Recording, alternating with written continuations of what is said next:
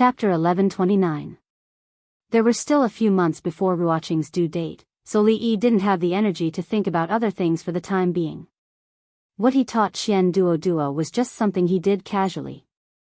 It was hard to say whether he could understand it or not, and the probability of using it on the first prince was even smaller. Of course, a small probability event was not impossible.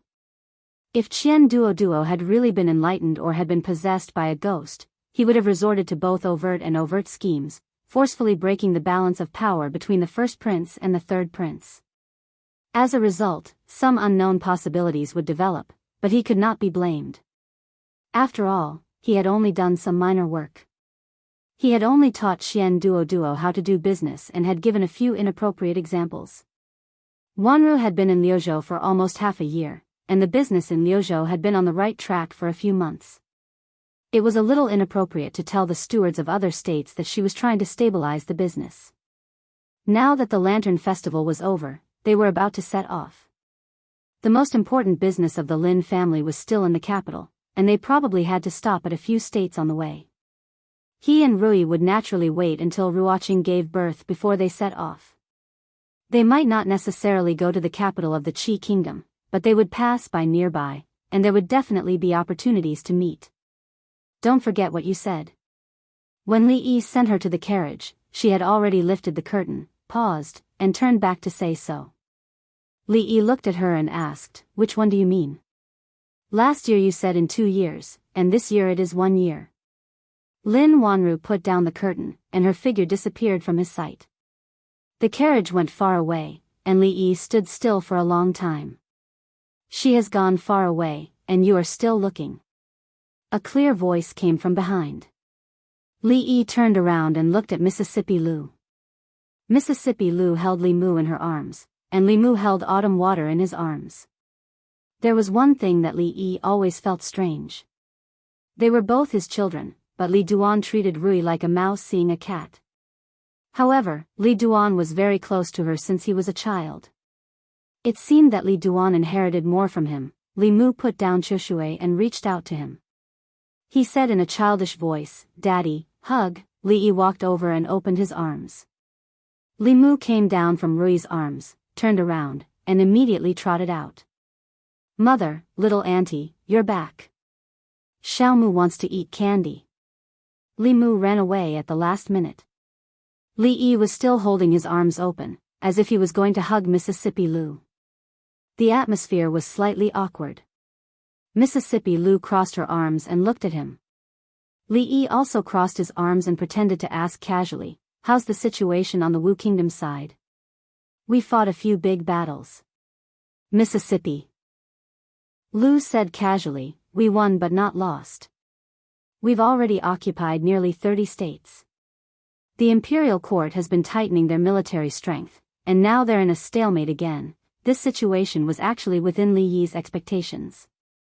In terms of weapons, the imperial court of the Wu Kingdom was not as advanced as Yangliuqing and the others. In terms of people's hearts, in the Wu Kingdom, Her Royal Highness the eldest princess had long become the rightful ruler of the royal family. The current Emperor Wu was just a thief who stole the country.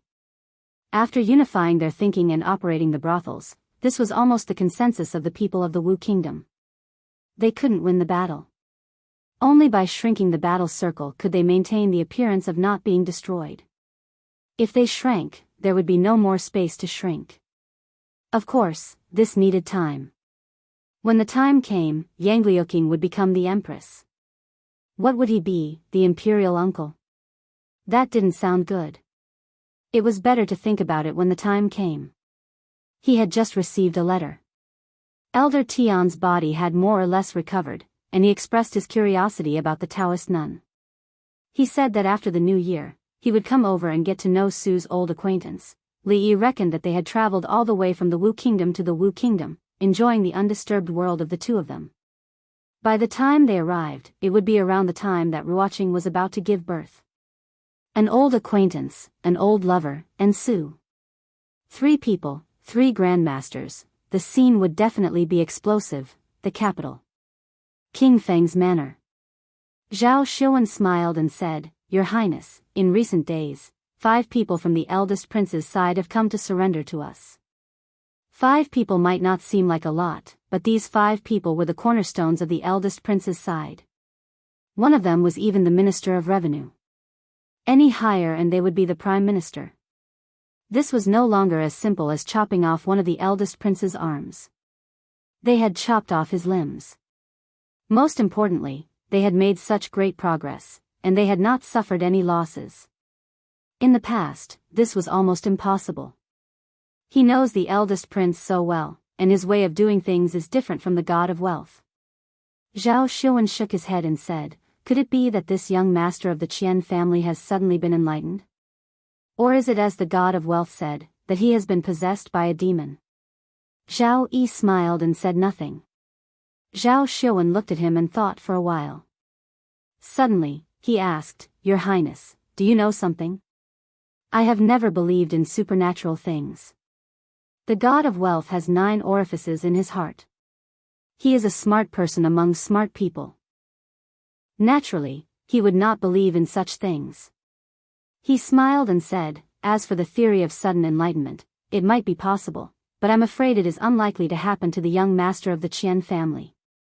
"Your Highness, you mean," Zhao Yi said, "the young master of the god of wealth went to Liuzhou a few days ago." "What about Liuzhou?" Zhao Yi said, "He's in Liuzhou." Zhao Xuan thought for a while, looked at him and said, "Him? Your Highness, why don't you just say it?"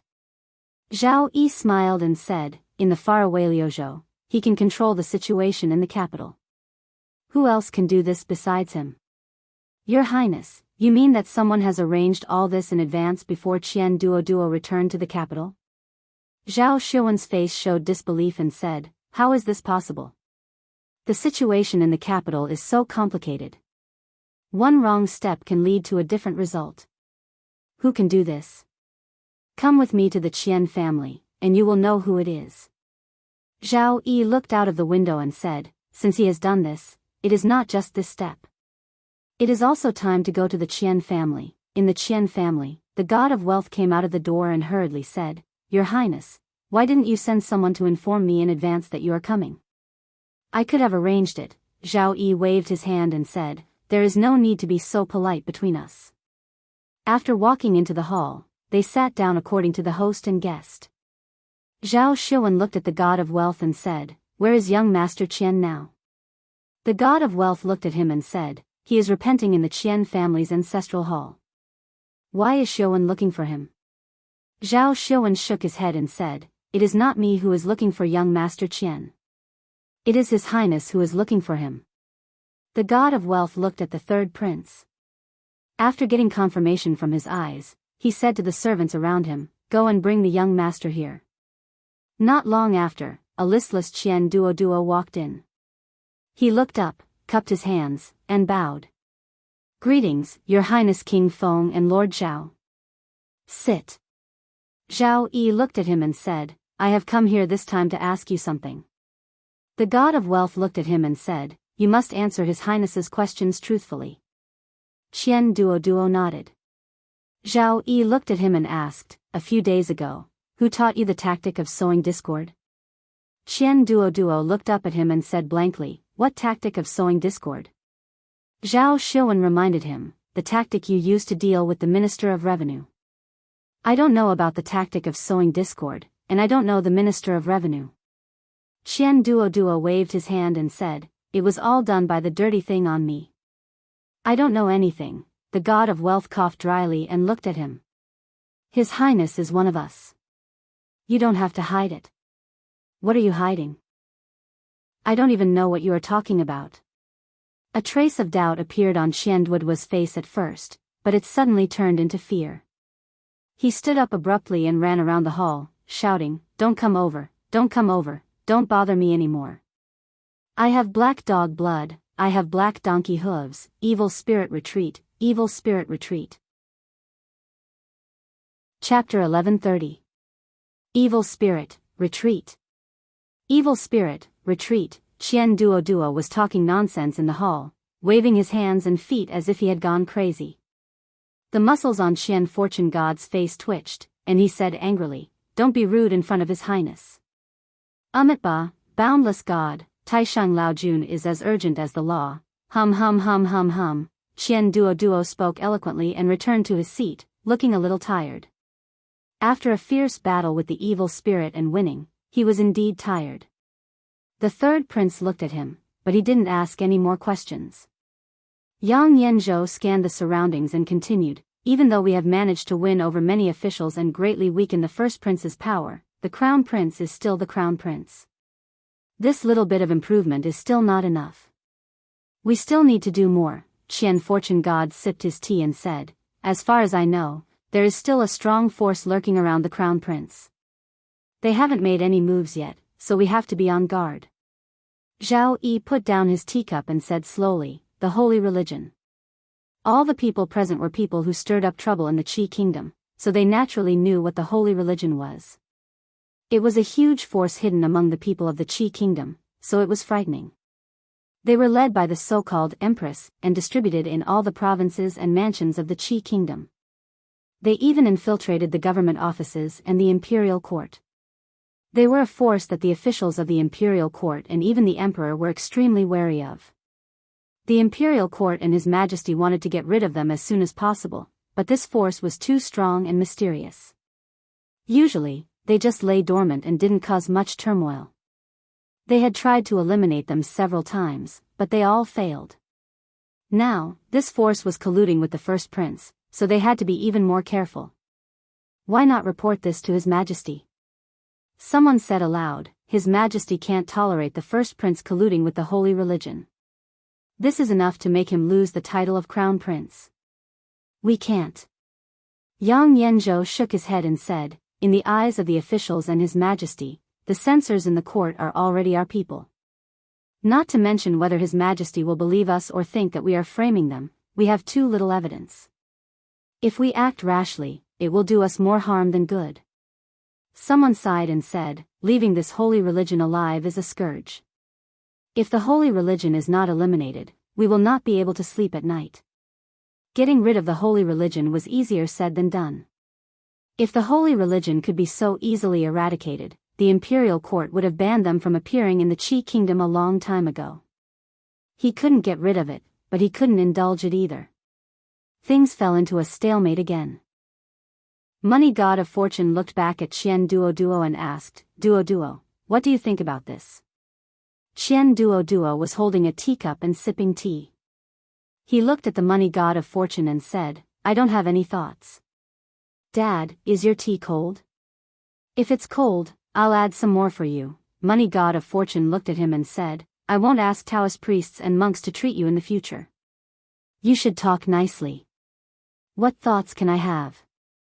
Qian Duo put down the teacup and said, if you want to get rid of the holy religion, just send troops to fight it. What can I do? Someone frowned and said, the holy religion usually lurks deeply and doesn't rebel. How can we fight it and where?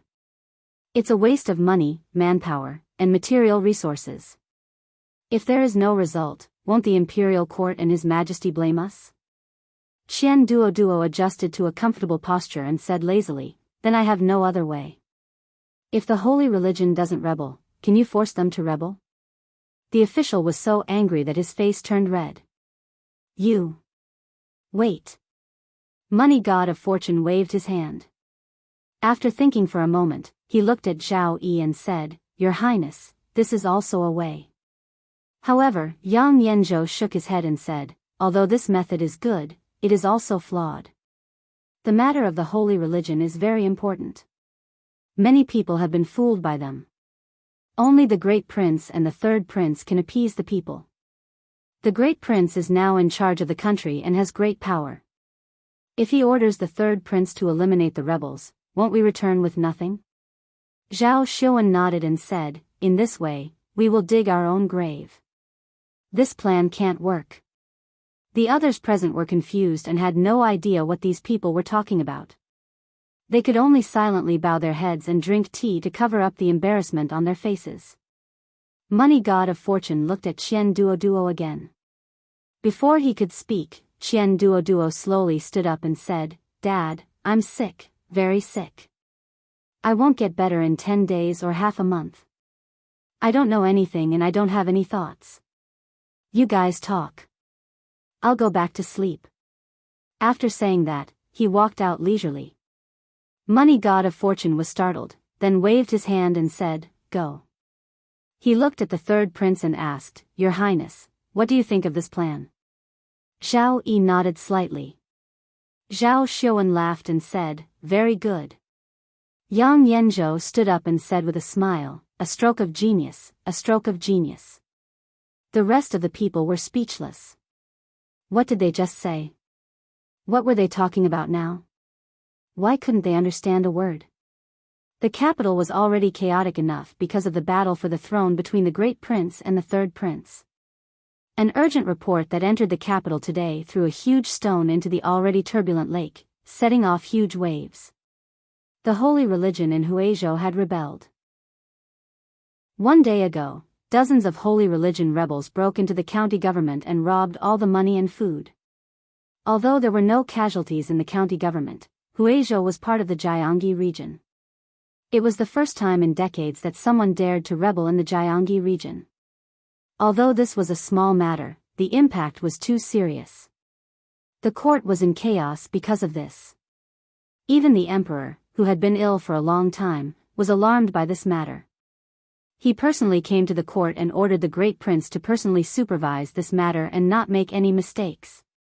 The Saint Church was different from the other rebels. They were a strict organization and had a lot of influence among the people. If the imperial court were to send troops to wipe them out, there must be a prince with a suitable status to hold the fort. In the current capital, only the great prince and the third prince met this requirement. But the third prince had fallen ill 5 days ago and was bedridden. This burden could only fall on the great prince's shoulders. Prince Heng's mansion. Zhao Zheng was shouting at the young man surnamed Fang. Tell me, what are your people doing? Attacking the government office, are you rebelling, are you rebelling? Zhao Zheng's face was red and he said angrily, "Do you know how much trouble this matter has brought to I? This is impossible." Fang Yu's face was gloomy. He said, "Without Her Majesty's order, the followers of the holy religion would not make decisions on their own. This must be a trap." A trap? Zhao Zheng looked at him and became even more angry. "Besides you, who else has such great power? If it's not you, is it Zhao Yi? The Huiyuan County Magistrate is one of us." Fang Yu looked up at him and said expressionlessly, "We want to attack the Huiyuan County Magistrate. There is no need to do this." Zhao Zheng's face was gloomy. He looked at him and said in surprise, "You mean, Zhao Yi framed you for this in order to wipe out the holy religion?" Fang Yu looked at him and said lightly, "Don't you already know why he did this, Your Highness?" Zhao Zheng sat back down, his face even more gloomy. The holy religion was his powerful backing. These days, he had lost too much in the battle with Zhao Yi. He still hoped that the holy religion could help him turn the tables, so how could he eliminate them? But Imperial Father had given him a death order, so he couldn't ignore it. If he didn't achieve anything, what would Imperial Father and the court officials think of him? Zhao Yi would probably laugh like crazy in his heart. He thought for a moment and suddenly sneered. "Zhao Yi, you should take care of what you did. I sent you to Huizhou to wipe out the bandits. Do you dare to defy the decree?" Behind him, an old man stepped forward and reminded him in a low voice, "Your Highness, have you forgotten that King Feng fell ill 5 days ago and can't get out of bed? The imperial physician said that he needs to rest for at least a month. What did you say?" A moment later, the hall was filled with shouts and curses, as well as the sound of tables and chairs colliding. Chapter 1131. At Prince Heng's residence, Zhao Zheng had vented his anger for a while before he gradually calmed down. He had to remain calm. This was a crucial moment and not the time to be impulsive. He had already lost too much to Zhao Yi. Once he left the capital, Zhao Yi would be in charge, and he would have nothing to do with the court. They had poached the Minister of Revenue and other officials from him in a short period of time. It was equivalent to cutting off his limbs and controlling most of the court. Now, they wanted to use this method to make him leave the capital. How could he fall for such a sinister trick? How could he dare to fall for it? If he stepped out of this place, he would not be able to come back. Zhao Zheng lifted a chair and sat on it. He said in a deep voice, I cannot leave. Fang Yu stood in the hall and looked at Zhao Zheng. He thought for a moment and said, Prince Heng is right. You cannot leave the capital. Zhao Zheng said slowly, but I have to answer to father and the court officials. Leave this matter to us. Fang Yu thought for a moment and a trace of determination appeared on his face. It did not take long for the chaos caused by the holy religion to be quelled. The crown prince was still preparing for his journey in the capital. He had only issued an order for the garrison in Huizhou to eliminate the bandits of the holy religion. Unexpectedly, the holy religion was much easier to deal with than they had imagined. It did not take much effort for the garrison in Huizhou to destroy the branch of the holy religion in Huizhou. They captured more than 100 bandits of the holy religion and escorted them all the way to the capital. The news of victory arrived in less than 2 days. The chaos in Huizhou had been resolved without the crown prince's presence. This was the greatest victory that the court had achieved in the battle against the holy religion. His Majesty was very pleased. He rewarded the crown prince and delegated more power to him. For a time, the crown prince and the third prince reached a delicate balance in the court. King Feng's residence. Zhao Xuan let out a long sigh and said, I didn't expect the holy religion to be so decisive. They didn't hesitate to sacrifice a branch of the holy religion to help the crown prince stabilize the situation. All our previous efforts have been in vain. At the very least, the strength of the holy religion has been weakened. I don't believe that they would destroy their own foundation for the sake of the crown prince. Yes, I want to see how many arms they can break. Other than Huizhou, there are still more than a dozen prefectures in the capital region. They like to kill each other, so let them take their time. Fortune god Qian was deep in thought. He did not say anything from the beginning until the end. After an hour, he left King Feng's mansion. In the Qian mansion, Qian Duo was sitting in the room and counting the banknotes in boredom. The god of fortune Qian pushed the door open and entered. Qian Duo looked up and put away the banknotes. Money god of fortune walked to his side and asked, What else did he say to you? Qian Duo was stunned and asked, Who? The person you met in Liuzhou. Who? Money god of fortune Qian looked at him and said, A few days ago, my father met a few senior monks. I heard that the Dharma is profound, be careful of the Taoist nuns. Money god of fortune Qian looked at him and asked, What Taoist nuns?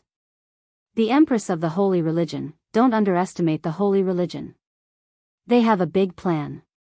They don't sincerely support the crown prince. The crown prince is at most a puppet.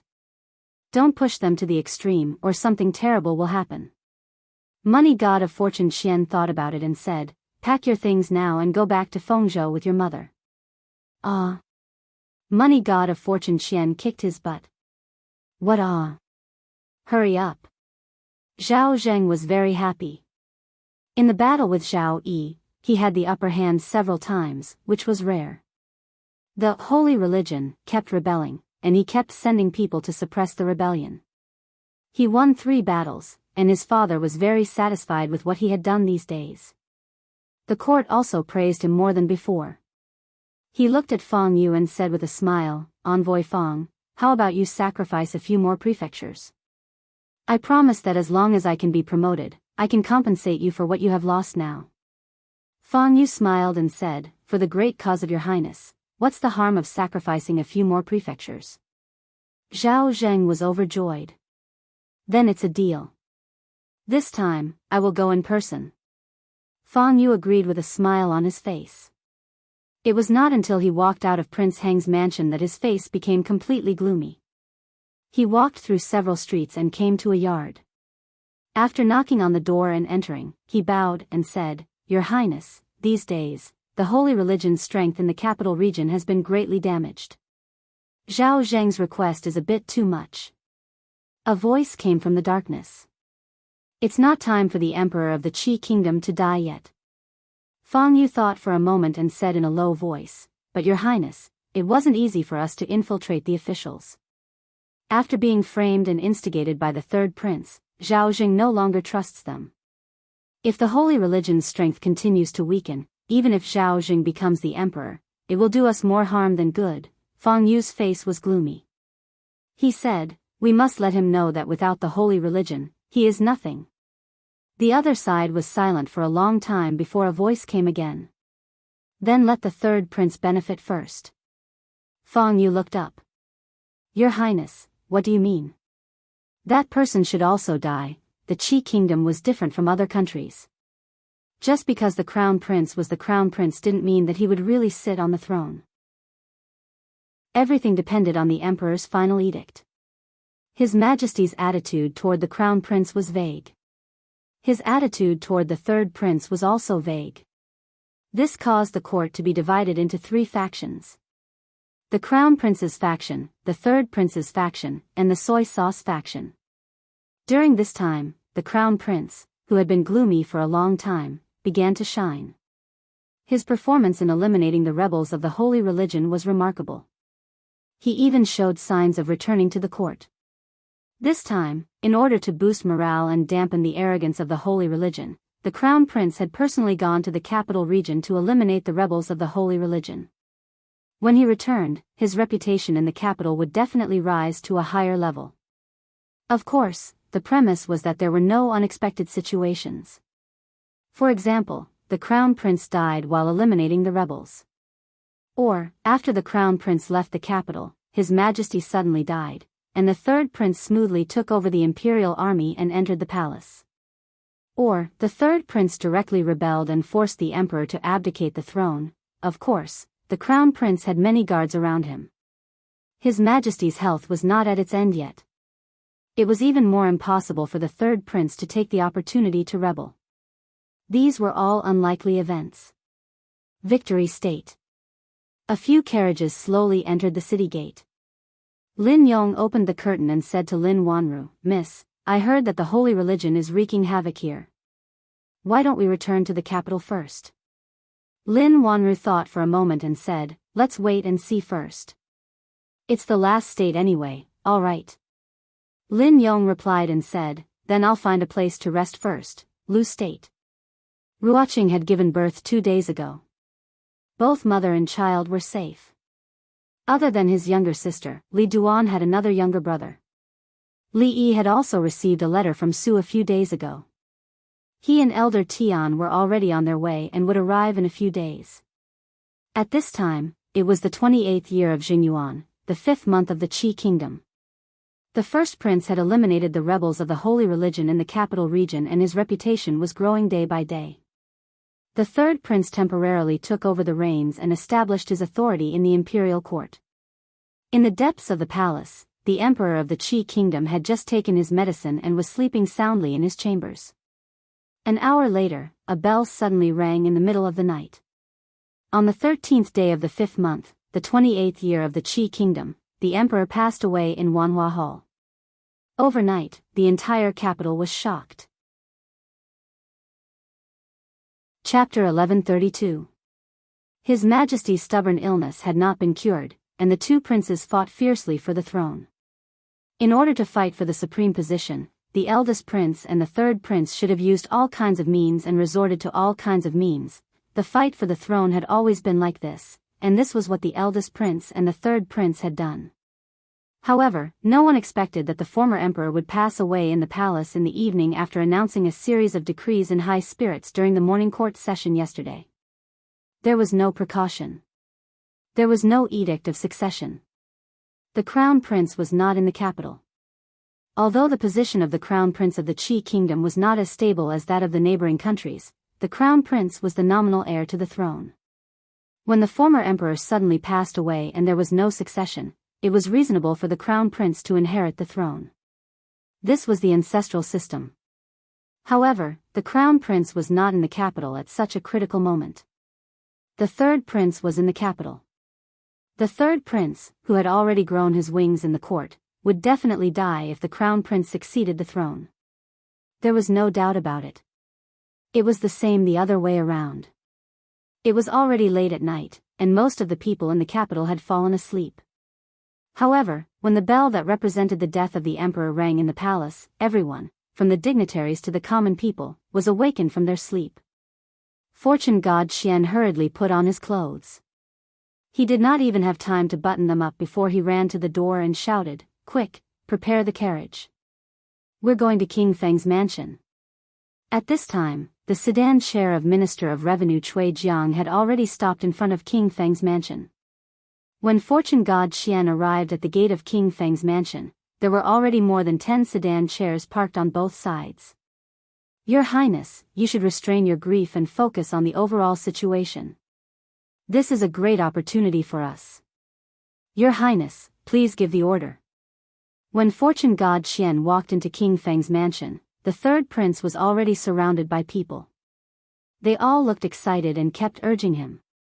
Soon after, countless figures hurried out of King Feng's mansion and disappeared in different directions. The emperor had passed away, and the crown prince had left the capital. Only the third prince could take charge of the situation. On the night of the former emperor's death, the third prince went to the palace to make arrangements. On the second day, all the officials gathered in front of the palace gate. The Minister of State took out a posthumous edict and read it in front of everyone. It was an edict of succession. The imperial edict stated that the crown prince, Zhao Zheng, did not cultivate virtue and conduct, and that he was disloyal and disloyal. For the sake of the people of the Qi kingdom and the people of the world, the late emperor had deposed the crown prince, Zhao Zheng, and passed the throne to the third prince, Zhao Yi. Most people were skeptical about the authenticity of the edict. Before the crown prince left the capital, the emperor had greatly praised him. After a few days, how could such a posthumous edict appear? But that was then and this was now. The capital was firmly under the third prince's control, and many of the ministers of the court respected him as their master. Even those officials loyal to the crown prince did not dare to step forward. The crown prince had left the capital at this crucial moment, and the third prince had taken advantage of this opening to enter. These people were like clay bodhisattvas crossing the river, powerless to protect themselves. The former emperor had just passed away, and the third prince could not succeed the throne immediately. But with the edict of succession, he had obtained the military seal, which was enough to command the 50,000 imperial guards in the capital. Moreover, there were too many ministers loyal to him in the court. In a short night, he had gained control of the entire capital. The capital, which had been treacherous for several years, seemed to have ended all the chaos in the blink of an eye, and the dust had settled. In Xing province, several hundred li away from the capital, the crown prince, who had just wiped out the rebels of the holy religion, was riding on his horse in high spirits. When he received an urgent report from the front, his face instantly turned pale, his body swayed, and he fell off his horse.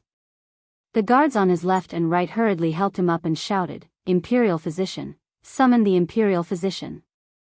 Fang Yu stepped forward and pinched Zhao Zheng's philtrum. Not long after, he coughed heavily and woke up. Zhao Zheng's face was ashen, and he kept muttering, "It's over, it's over, it's all over." He had never imagined that his father would suddenly pass away when he was leaving the capital. Zhao Yi had already gained control of the situation in the capital. Everything he had done, everything he had fantasized about, and the throne that he had coveted for a long time, had all become bubbles. Fang Yu shook him heavily and said, "Your Highness, you can't give up."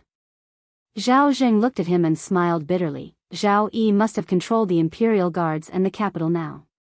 What can I use to fight against him? What can I use to fight against him? Pa! Fang Yu slapped him across the face. Zhao Zheng was stunned as blood flowed from the corner of his mouth. The third prince only controls the capital, and only controls 50,000 imperial guards. Fang Yu looked at him and said angrily, "You are the crown prince, and the throne should have been yours.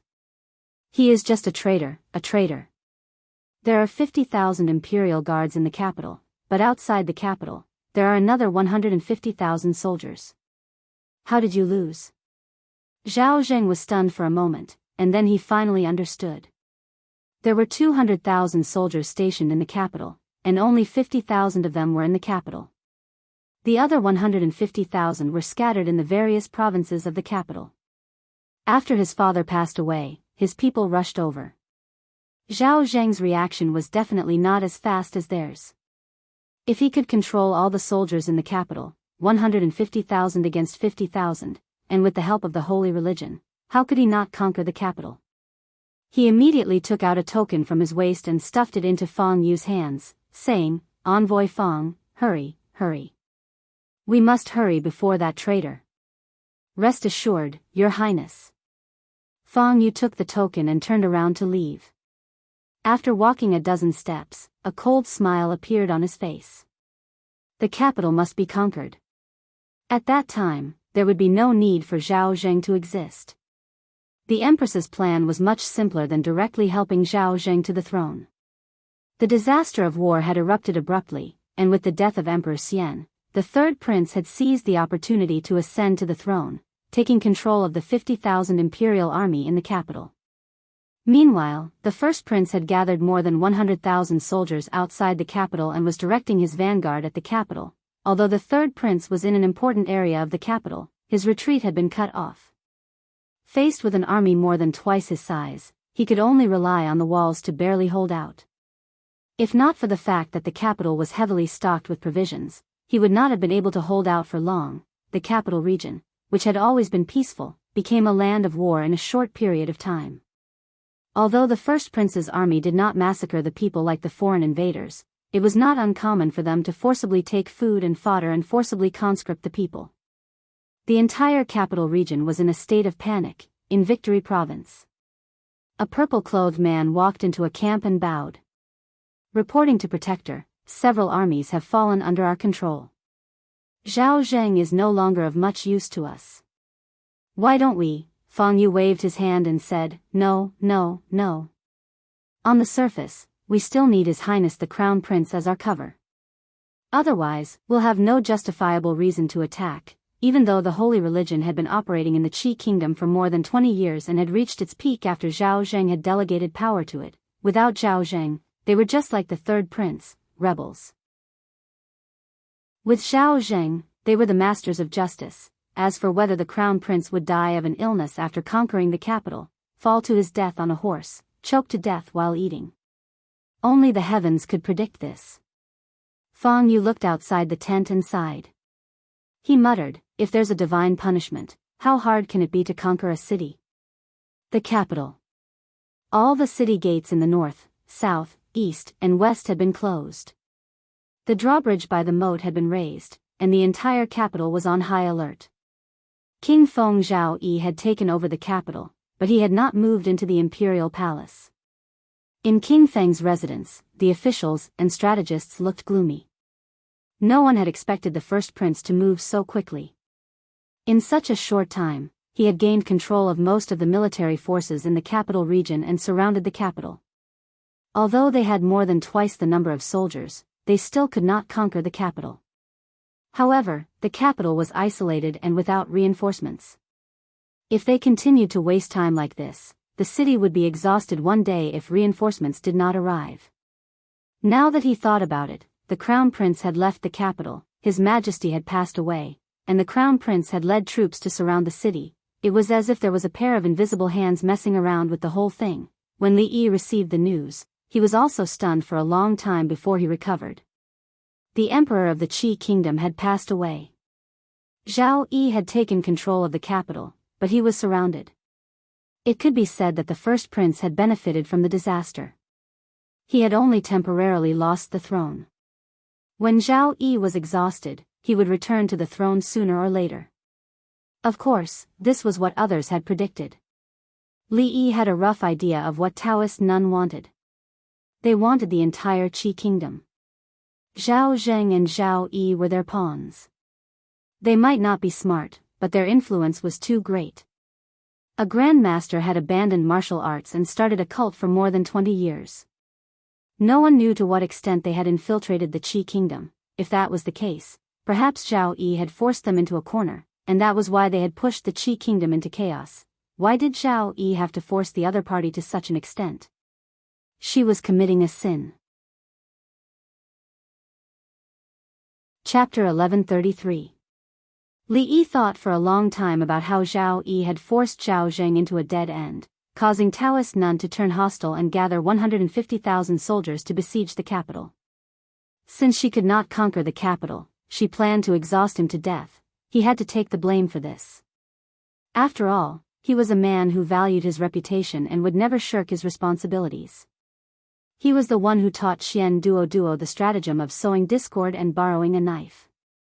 These stratagems had been tested countless times in history. If one didn't work, he would change to another. There was bound to be a trick that worked for Zhao Zheng. And things went smoother than he had imagined. Zhao Zheng did not refuse any of these tricks and took them all. As a result, his subordinates all ran away with Zhao Yi. The holy religion did not provoke anyone, but it also suffered an unexpected disaster. Its branches in several provinces had no choice but to walk into the trap. If Li Yi were Taoist Nun, he would not have tolerated it either. But this was not his original intention. He just wanted to repay Zhao Yi for taking care of the Lin family and Wanru for the past few years. He also taught Xian Duo some things in the hope that it would strengthen the strength of Zhao Yi's faction. But who would have thought that besides spending money, young Master Qian's ability to draw inferences from one instance was also beyond the reach of ordinary people. Zhao Yi had benefited a lot from the way of doing business. However, even Li Yi did not expect that Taoist Nun's influence in the capital of the Qi kingdom had already infiltrated the palace. She wanted the emperor of the Qi kingdom to die, and the emperor of the Qi kingdom would die at that time. They did not choose to help Zhao Zheng ascend the throne. Li Yi guessed that perhaps they also realized that if they helped him, the situation would be out of their control if Zhao Zheng fell out with them. Given the crown prince's character, it was not strange for him to burn the bridge after crossing the river. He first gave the capital to Zhao Yi, and in the blink of an eye, he used Zhao Zheng's name to gather more than 100,000 soldiers in the capital and surrounding the capital. Zhao Zheng was the crown prince, and no one could change this. No matter how outstanding Zhao Yi was, he had to lower his head before him. The crown prince was not in the capital, and the third prince issued a fake imperial edict to send troops under the pretext of restoring order. Even the people of the Qi kingdom and the court could not refute it. Li Yi had always thought that Taoist Nun's IQ and EQ were only average, although she was skilled in martial arts, but he had to admit that her play was too beautiful. They were probably already in control of the more than 100,000 soldiers outside the capital. Once the capital was truly breached, Zhao Zheng's usefulness would end there. Li Yi felt a little guilty. Zhao Yi had helped him so much, and when he finally wanted to repay him, something like this had happened. This debt of gratitude was too unfair. He was not worried about Zhao Yi. They were not in dire straits even if they were surrounded by twice the number of soldiers. Since he had already received the news, the various prefectures of the Qi kingdom must have responded as well. Zhao Yi's reputation among the people was not for show. The provincial governor and governor of Liuzhou had already united the surrounding prefectures and were preparing to gather troops and head for the capital. He was worried about Lin Wanru. Her destination this time was the capital. When she sent the letter half a month ago, she had already arrived in the capital region. He did not know if she had reached the capital and what the situation there was now. She was accompanied by guards and several experts, enough to deal with most emergencies. But now that the Qi kingdom was in chaos, Li Yi still felt a little worried. With this thought in mind, he suddenly moved a few feet to the side, dodging a withered palm. An old voice came from behind him. "I haven't seen you for a year, and everyone in your family is a monster, a monster." Su looked at him with an extremely shocked expression and smacked his lips, looking very hurt. As a grandmaster, his self-confidence had taken a huge hit when he failed to launch a sneak attack from the back. Li Yi thought to himself, are all grandmasters the same? Do they all like to sneak attack from behind? Fortunately, he had not stopped practicing during this period of time. The tortoise breathing skill had been running day and night. Although he still could not defeat Mississippi Lu, Bai Su could still suppress her with one hand. At this time, Bai Su could almost sweep the heaven list. Although he was still not a match for Mississippi Lu, he had vaguely touched a certain realm. It was even up to luck to see who would break through first. If he was a little luckier, then Rui would probably be the first to succumb to his despotic power. After successfully getting rid of the single relationship, Su actually did not look as sloppy as before. There were no oil stains on his clothes, and his hair was tied up neatly. He did not look like he used to. Where's old man Chang? How dare he steal this old man's disciple? It's time to settle the score with him. If it was not for his temperament, Li Yi would definitely think that he had recognized the wrong person. Li Yi pointed to the courtyard next to him. Su stomped his feet and flew straight over the wall. After a while, there was a dull sound coming from the other side of the wall. Su and Taoist Nun were old enemies. He fought with Changde purely because he was itching to fight. There were not many people who could go all out with him. Chang was one of them.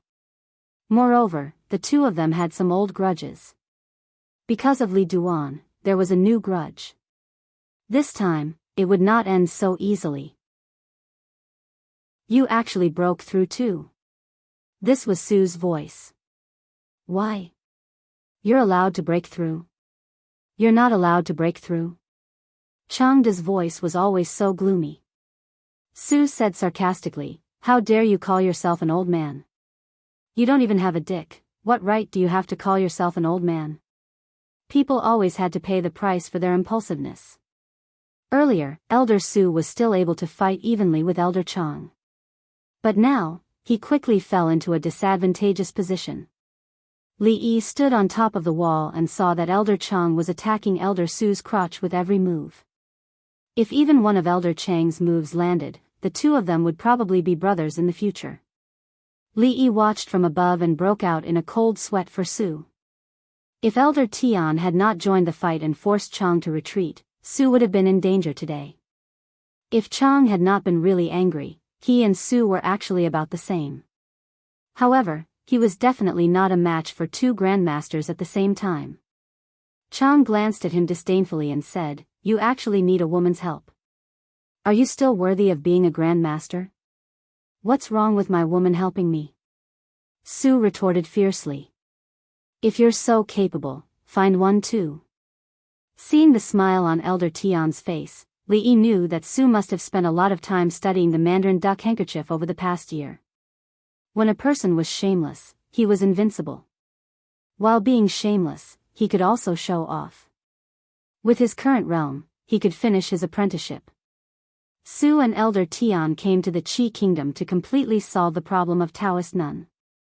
Although they did not include Rui, they had 3 grandmasters on their side.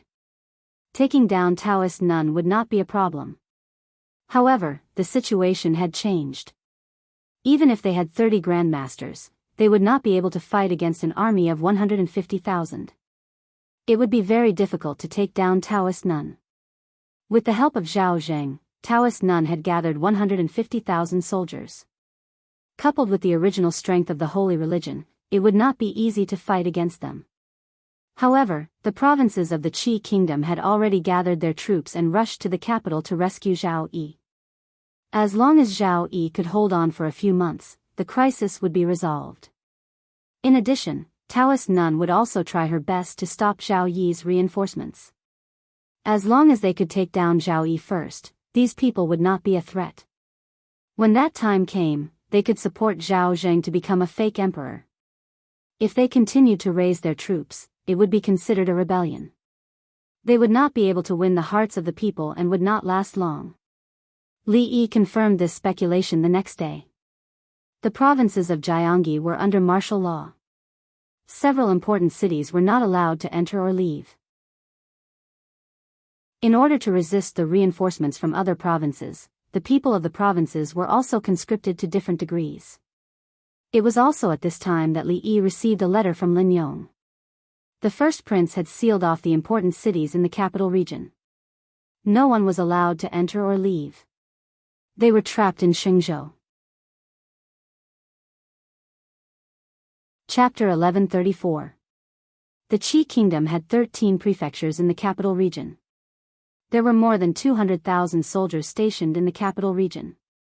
Other than the 50,000 imperial guards guarding the capital, the rest of the soldiers were distributed in the prefectures. The capital region was the hinterland of the Qi Kingdom and was responsible for the safety of the capital. The soldiers stationed in the capital region were only under the command of the emperor. Because these prefectures were too close to the capital and too sensitive, no one dared to attack them even when the crown prince and the third prince fought fiercely for power.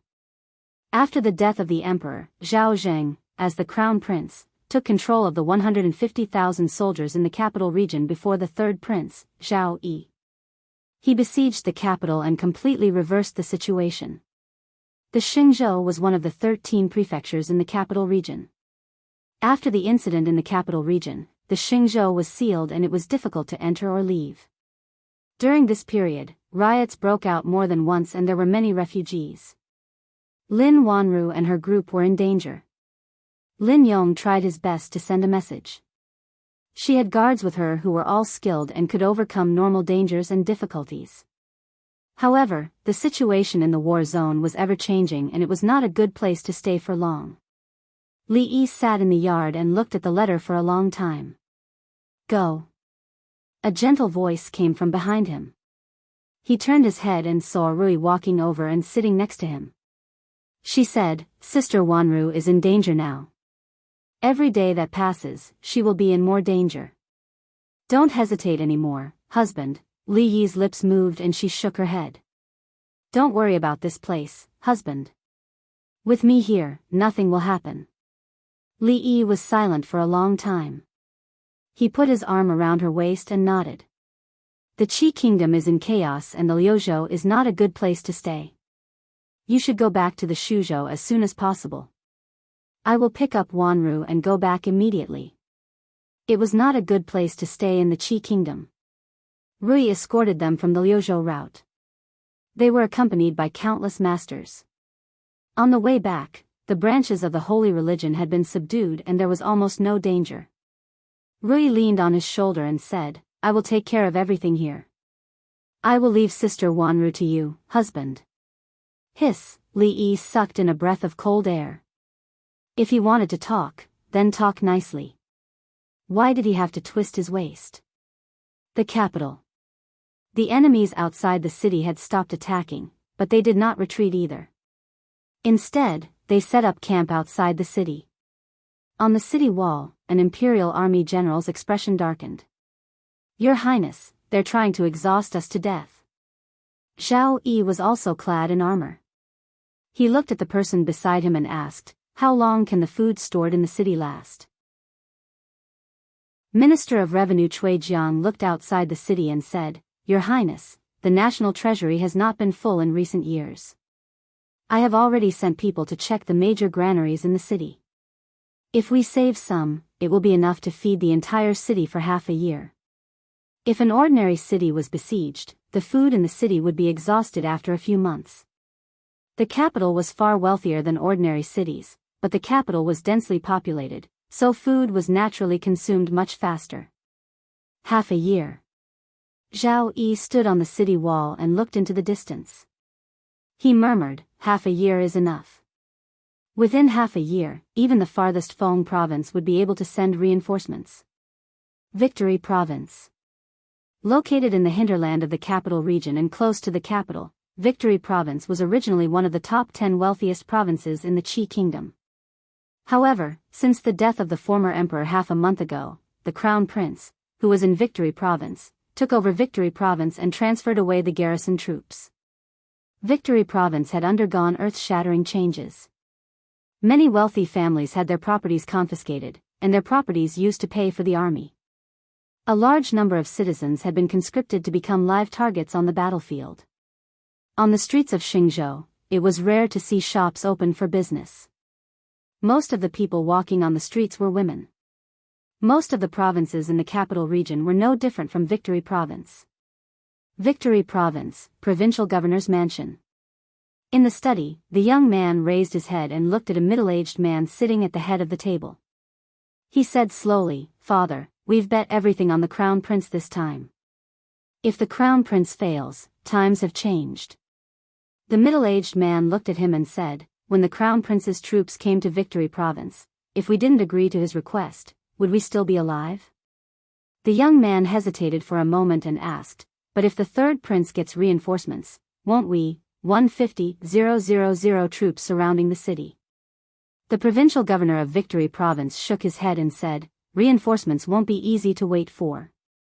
I'm afraid they'll be exhausted to death in the capital before reinforcements arrive. The winner takes all. The crown prince has the third prince's throat in a chokehold.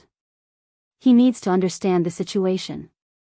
The young man nodded and said, Father, I understand. Although they had almost submitted to the third prince, they couldn't go against the trend. The crown prince's military might was unstoppable. A wise man submits to circumstances. He walked out of the study and looked in a certain direction in the back residence. A smile appeared on his face and he strolled over. In a remote courtyard in the provincial governor's mansion of Victory Province. Lin Yong had a worried expression as he paced in the courtyard. Finally, he couldn't help but walk up to Lin Wanru and say, Miss, that Ma guy doesn't have good intentions. We can't stay here for long. Lin Wanru shook her head slightly and said, I'm afraid we can't leave even if we want to now. She naturally knew that the son of the provincial governor of Victory Province didn't have good intentions. However, this was Victory Province, which was already under the control of the first prince. If they were to go out, they would have to face great danger. All of the Qian clan's businesses in Victory Province had already been taken over by the first prince. Presumably, the shops of the Lin family in the other provinces in the capital region wouldn't be spared either. Once their whereabouts were exposed, the first prince would definitely not let her, the person in charge of the Lin family, off.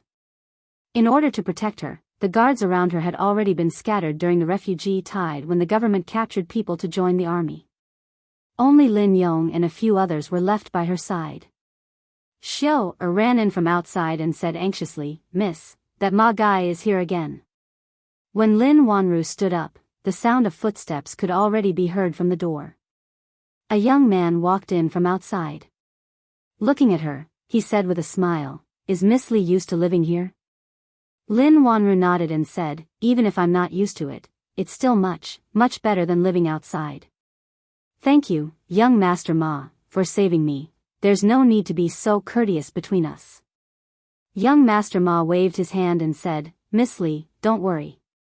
In this provincial governor's residence, no one can harm you.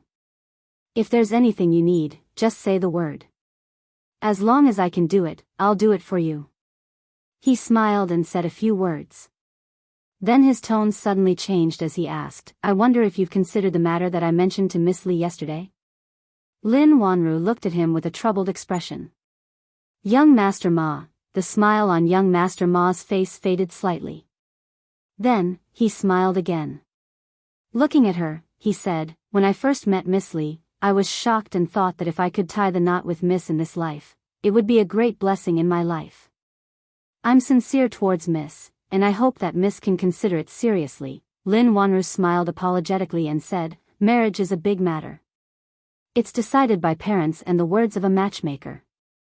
How can I be so reckless? Young Master Ma shook his head and said, Times have changed. Now, the Qi kingdom is in chaos. There are rebels everywhere.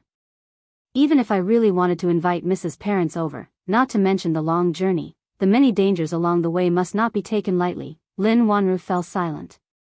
Young Master Ma smiled and said, Miss Li, don't be in a hurry to agree. If you don't agree today, I'll ask again tomorrow. This was a naked threat. Lin Yong's breathing was heavy. He rolled up his sleeves and was about to get angry when Lin Wanru suddenly stood up. She looked at young Master Ma and smiled. It's not that I can't agree to it. In fact, it's not easy to be alone all these years.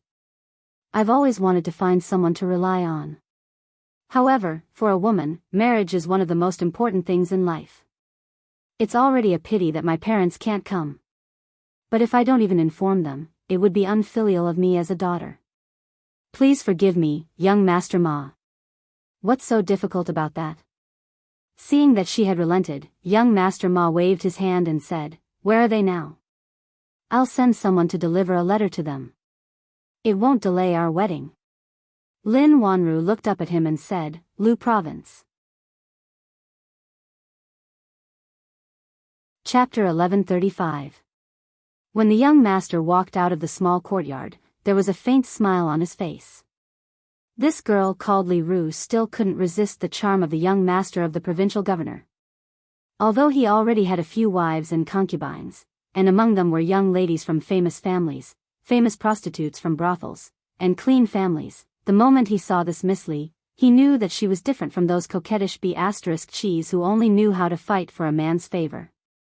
The unique temperament she had was something he had never seen before in his life. If he could hold such a girl in his arms, it would probably be the pinnacle of a man's life. He was already a little impatient, and he couldn't help but quicken his steps. In the small courtyard, Lin Yong looked at Lin Wanru and said anxiously, "Miss, how can you agree to that guy with the surname Ma? If you marry him, won't you not be able to marry the Li brothers?" This time, even Xiao couldn't stand it anymore. She glared at him and said, "Are you stupid? Only when this letter is sent back will he know that we are in the provincial governor's manor. Otherwise, in this vast and chaotic Xing province, where will he go to find us?" Lin Yong scratched his head and said worriedly, "But what if Li can't make it in time? We can only do this for now." Lin Wanru sighed. She had traveled all over these years and seen countless people. This young master of the provincial governor seemed to be modest on the surface, but he was actually ruthless on the inside. If she feigned civility with him and pretended to agree first, it would instead delay a little more. If she rejected him with an unyielding attitude, it would instead infuriate him even faster. She looked to the side and said, "Xiao, go and get a brush and ink." Not long later, Xiao came over with a brush and paper. She mumbled, "Li, quickly come and save us." The young master held a letter in his hand and casually opened it. After reading it, he nodded in satisfaction. In the end, she didn't play any tricks. This letter was just an ordinary letter from home. The contents of the letter also said that she was about to get married and couldn't invite her parents over. It was an unfilial daughter, and so on. The young master read the letter several times and then put it back. He said to a servant, "Send this letter to Liuzhou as soon as possible. Send my regards to my father-in-law and mother-in-law." "Yes, young master." The servant answered, took the letter, and quickly left. The young man walked to the side and impatiently asked an old man, "It's been so long. Are you done with your divination?" It's done. The old man closed the thick book in his hand and hurriedly said, "Young master, I've already matched your and Miss Li's birthdays. The nearest auspicious day is 3 months later." 3 months? Hearing this, the young master frowned and said, 3 months is too long. Is there anyone closer? 1 month at most. I can't wait any longer. 1 month. The old man hesitated for a moment and said, 1 month, yes, but what? But it's not as auspicious as 3 months later. The young master waved his hand and said, "Forget it. 1 month at most. Do as you see fit. If you do well, you'll be rewarded. If not," he coldly looked at the old man. The old man hurriedly said, "There will be a good auspicious day in 28 days. Don't worry, young master. I'll arrange it properly for you." In the small courtyard, Xiao counted with her fingers 28 days. "It'll take about half a month to get to Liuzhou from here. If it's urgent, it must be urgent, in a house somewhere in Liuzhou." The 2 masters had been gone for several days. No one supervised his practice. Everyone was packing up. Li Duan walked back and forth in the yard, looking a little bored. Even Li Mu was packing up his small bag. Li Duan had nothing to pack. After practicing for a while, he became even more bored. He looked in a certain direction, hesitated for a moment, and then walked over. His aunt hadn't spanked him for a long time. Li Duan was a little less afraid of her. He walked over, looked up and asked in a low voice, "Aunt, we're going back soon. Where are Dad and Master?" Rui looked at him and said, "They went to pick up Aunt Wanru." Li Duan asked Fang several times when he would call Aunt Lin a mother, but Uncle Fang always said it was not the right time. Now they were going back. Dad should be picking up Aunt Wanru and going back together. He felt the time was right. Fang and his father left together. Li Duan had no one to ask, so he looked up at Mississippi Lu and asked, "Aunt, now that Aunt Wanru is back, will I call her mother?" Mississippi Lou raised her eyebrows, looked down at him, and asked, "Who told you?" "That's what Uncle Fong said." Li Duan thought for a moment and said, "Uncle Fong used to say it was not the right time to call Aunt Wanru. Is it the right time now?" "I don't know." Mississippi Lou shook her head. Even she didn't hear the annoyance in her voice. Li Duan said, "Oh. Even his aunt didn't know." "But even if his aunt didn't know Aunt Wanru, she should know herself, right?" So he raised his head and asked again, "Then when is the right time for me to call her mother? Why don't I call her mother instead?" He thought for a moment and added, "If I call you mother, will you still spank me?" "My mother, second mother, and third mother don't spank me." When Li Duan realized that the atmosphere was not right, he turned around and ran outside. Every time he felt the temperature around his aunt start to turn cold, it meant that his butt was going to be in trouble. However, just like before, he still didn't run away. But there was something different this time. This time, when the slap landed on his butt, it didn't hurt, unlike when he was naughty and crying. Mississippi. Lou looked at him and asked with a frown, "Who taught you these words?" "No one taught me." Since his butt didn't hurt, Li Duan had the courage to say what was on his mind. He pulled up his pants and said, "I just want Aunt to become mother too, so that our family can be together forever." Li Duan patted his butt and left. Although the doubts in his heart hadn't been solved, he found a shortcut that wouldn't involve him being spanked. Bai Su walked in from outside and patted his head. Then, he walked to the side of the second young lady Lu and handed her a letter.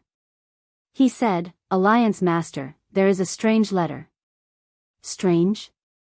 Bai Su nodded and said, "The person who delivered the letter said that it was from a lady named Li Ru, but we don't have a lady named Li Ru here." There was an address on the back of the letter.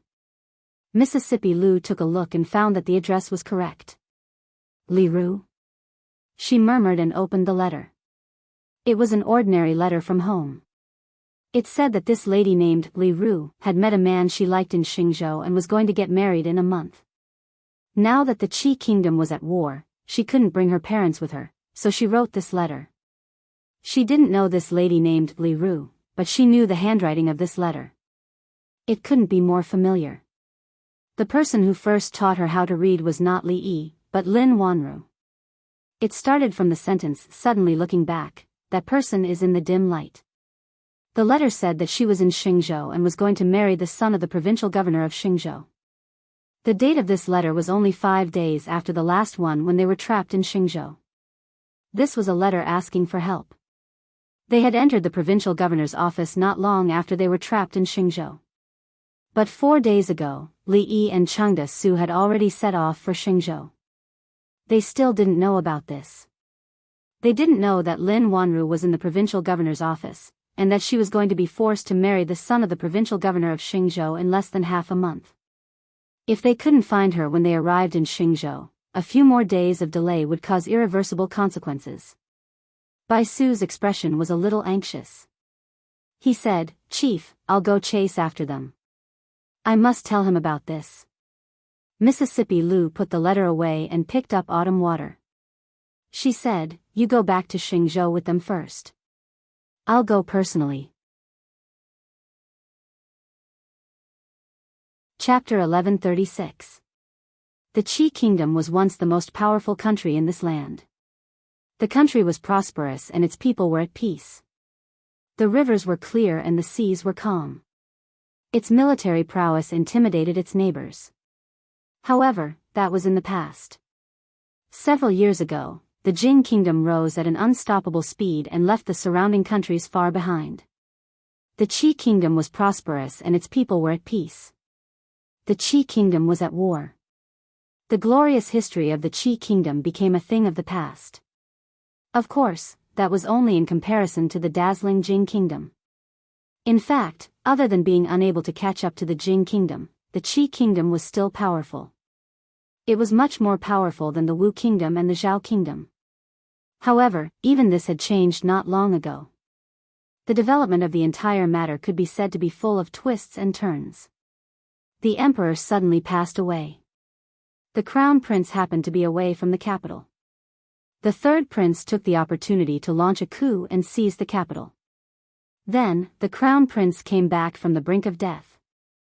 In an extremely short period of time, he took control of all the military forces in the capital region. He was in a stalemate with the third prince for more than a month now. In order to conquer the capital as quickly as possible, the crown prince used almost all the resources and power in the capital region. He disregarded the consequences. In order to gather enough money, countless rich and powerful families had their properties confiscated. No one knew how many commoners were mobilized. At that time, there were countless refugees. In order to prevent the loss of population, many states in the capital region even sealed the city gates and forbade anyone from entering or leaving. Although this policy had been loosened, one still had to go through strict checks when entering or leaving the city. "Hey, you guys, stop right there." When the guards saw someone come in, they immediately shouted and quickly walked over. In recent days, most of the people entering and leaving the city were refugees. It was rare to see such well-dressed people. Naturally, they had to be more careful. In this group of 6, 3 were white-haired elders. The other 3 were a burly man, a young man, and a young man. This was a rather strange combination. The guard took a look and quickly waved his hand, saying, let's go, let's go." Although these people did not look like refugees, they did not carry any weapons. They were also not the important people that the first prince had asked them to check. There was nothing to check. As long as the spies on the third prince's side were not released, they would not receive much punishment. Li Yi and the others walked into the city, planning to find a place to settle down.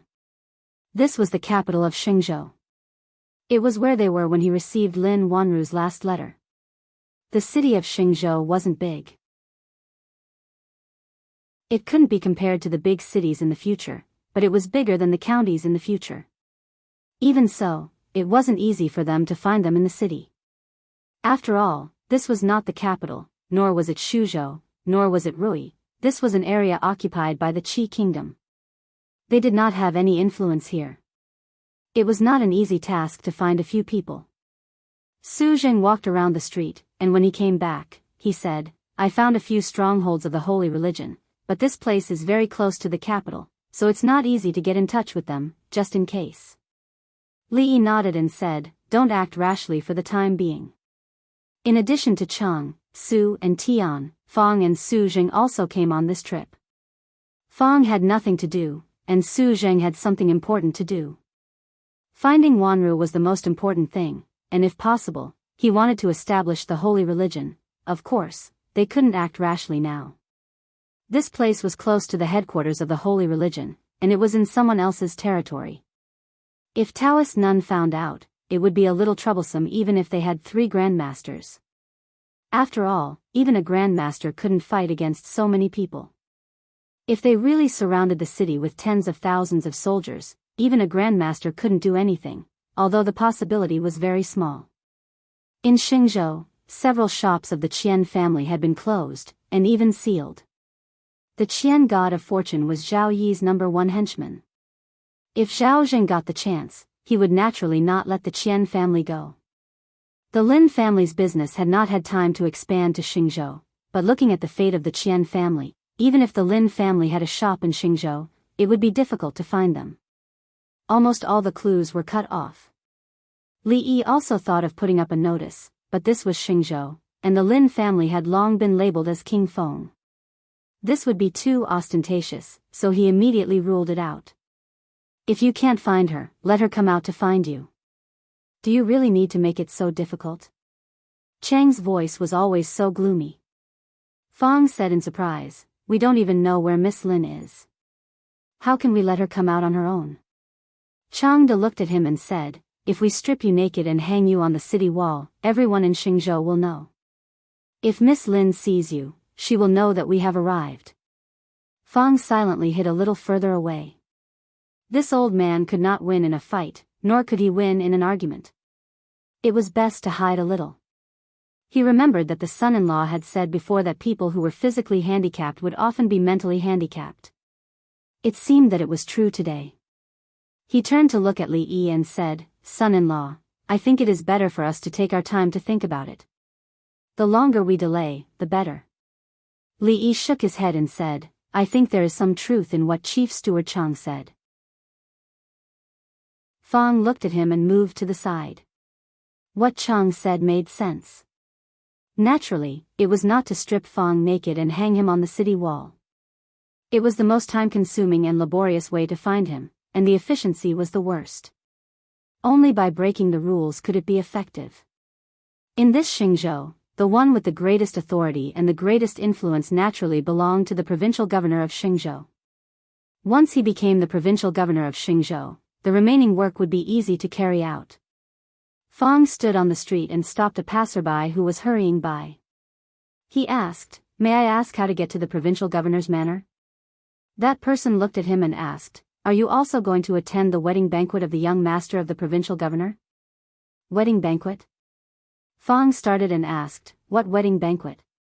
A moment later, Fang walked back again and said, Son-in-law, the provincial governor's manor is holding some kind of wedding banquet tonight. It's said that the young master of the family of the provincial governor of Xingzhou is going to marry some number of concubines. Should we go and join in the fun? Li Yi thought for a moment.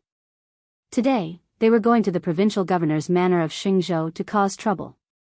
Picking an auspicious day for the wedding of the son of the provincial governor to cause trouble, wasn't this a little too much? This provincial governor is really not a good person. What time is it now, and he's still using the excuse of marrying a concubine to extort the wealth of the people. The commoners outside are very resentful. Fang had an indignant expression and said, It's said that the son of the provincial governor of Xingzhou has already married 7 concubines. Li Yi suddenly felt that it wasn't too much. He thought for a moment and said, Let's do it tonight. Today was an auspicious day. The son of provincial governor Ma was going to marry his 8th concubine today. Of course, it was an auspicious day for the Ma residents, but it wasn't for the commoners of Xingzhou. Every time the son of the provincial governor married a concubine, they would have to pay a tax for this reason. In the past, it was still fine. It was a good year, and they could still endure such a tax every year. But not long ago, they had already been extorted by the crown prince. If they were extorted by provincial governor Ma again, they would be a little tight on money. However, in the current Xingzhou, the words of provincial governor Ma were like the imperial edict. Those who listened could still live, but those who didn't would only have a path to death. The commoners secretly complained about this, but on the surface, they didn't dare to say anything even though they were angry. At the city gate, a few soldiers guarding the city were leaning on the city wall. One of them looked at the sky and said, Tonight is a big banquet at the provincial governor's manor. If we close the city gates earlier, we might be able to get a bowl of wine to drink. Extremely right, extremely right. It's not common to see a banquet at the provincial governor's manor. Although we can't sit at the table, we can still stand outside and drink a mouthful of wine. Why don't we close the city gates earlier? His words received the unanimous approval of the people around him. The young master of the provincial governor was marrying a concubine. Although the etiquette wasn't very complicated, and there was no need to bow to the heavens and the earth, the banquet wasn't shabby at all. Even if they passed by the entrance of the provincial governor's manor and said a few auspicious words, they would still be able to get some wine to drink. The few of them discussed for a while and decided to close the city gates earlier. However, when the city gates were closed halfway, they suddenly heard the hurried sounds of horse hooves in front of them. The few of them raised their heads and saw a huge horse charging over. The 3 of them were so scared that they lost their spirit and hurriedly dodged. That steed brushed past them and disappeared into the city. Only then did the few of them regain their senses. They cursed loudly, Which idiot is it? That person had already disappeared. The few of them cursed and closed the city gates again. At this moment, in Xingzhou City, a white-robed female stopped a passerby and asked, How do I get to the provincial governor's manor? Chapter 1137. In recent days, the 3rd imperial prince had started a coup, and the 1st imperial prince had sent troops to surround the city. The entire capital region had been affected to varying degrees. In Victory Province, the commoners were worried about the war situation, grumbling and complaining. On the other hand, the provincial governor's manor was filled with jubilation. Today was a joyous day for the provincial governor's manor. The manor was decorated with lanterns and colored banners, and there was an endless stream of guests coming and going in front of the manor's gates. There were 2 secretaries responsible for recording the list of gifts, and each of them wrote furiously until their wrists were sore. Every time the young master took in a concubine, there would be an endless stream of people coming from the nearby provinces to send gifts. This was the time of year when the provincial governor's manor received the most income. When Li, Su, and Chang entered the provincial governor's manor, they naturally didn't need to go through the main gate. They were all experts who came and went. If they went through the main gate, how could they show off their status as experts? Most importantly, they hadn't prepared any gifts, and they didn't have invitations. It would be too troublesome to rob them on the spot. Wine and meat stinked at the gates, and there were frozen bones on the road. The more chaotic the world, the more obvious this difference was. Many of the commoners of Victory Province were already starving, and their clothes were barely covering their bodies. However, this provincial governor's manor was filled with jubilation. There was wine and meat everywhere, and it was very lively. This caused the trace of guilt that Li Yi had felt for disturbing someone else's happy occasion to completely disappear. In a secluded courtyard in the back residence, all the noise and excitement were isolated outside. Xiao Er's face was filled with anxiety as she paced around in the room, mumbling, "What should I do? What should I do? It's about to start, but Li hasn't come yet. What should I do?" Lin Wanru sat by the bed and looked at Lin Yong at the side. She said, "In a while, take Xiao Er and leave." Lin Yong was startled and asked, "Then what about you, miss?" Lin Wanru didn't look at him. She calmly said, "I have my own ways." "No." Lin Yong flatly refused. "If miss doesn't leave, we won't leave either." A determined expression appeared on Xiao Er's small face as she said, "I won't leave either. If we leave, we'll leave together." The sound of footsteps came from outside the door. An old woman and a few maids walked in. As soon as they entered the door, they said anxiously, "Aya, what time is it? Why haven't you changed your clothes? It's almost too late. Hurry, hurry." The old woman looked at the maidservants beside her and said, "What are you standing there for? Hurry up and help the bride dress up." Xiao Er stood in front of Lin Wanru and said, "Xiao Er, miss is not ready." Xiao's sister. The servant girls looked at Xiao and said, "Young Xiao, young, before, where?" A few maidservants dragged Xiao Er out of the courtyard. The old woman then looked at Lin Wanru and said, "Aya, why aren't you in a hurry at all? Although we don't need to bow to heaven and earth, it will take a while to dress up. If we're late and young master blames us, I won't be able to take it." Lin Yong rolled up his sleeves. Lin Wanru looked at him and he looked at the old woman with hatred and strode out. The old woman closed the door and immediately ordered the servant girls beside her, "You guys, hurry up. If there is any delay, I won't forgive you.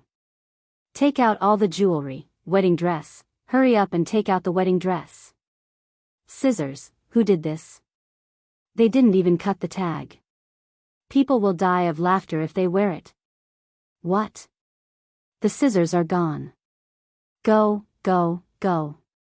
Go outside and find another one. After half an hour, the old woman walked around the bed and said with a smile, "TSK, TSK. I've been in this business for so long, but this is the first time I've seen such a beautiful bride." She waved to the servant girls behind her and said, "Quickly cover the bride's head and send her to the bridal chamber." When everything was over, she let out a long sigh of relief. She walked out of the courtyard and met an old man who was walking towards her. "Good luck. Good luck." The two of them greeted each other. The old woman looked at the old man in surprise and asked, "Geezer Wang, what's wrong with you? Why are you so listless?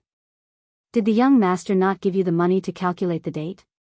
The two of them were in the same profession.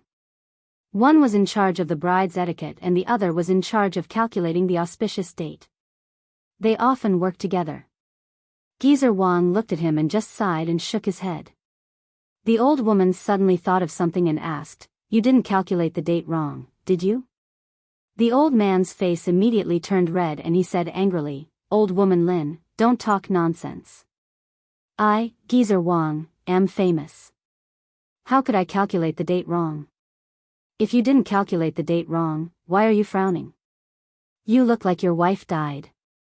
You're crazy." The old woman glanced at him and left. Seeing that Zhang Xian had walked far away, the old man shook his head. As he walked, he said hatefully, "Inauspicious, inauspicious. I told you that the auspicious day would be 3 months later, but you refused to listen. You can't blame me if something happens, outside the small courtyard, somewhere in the shadows."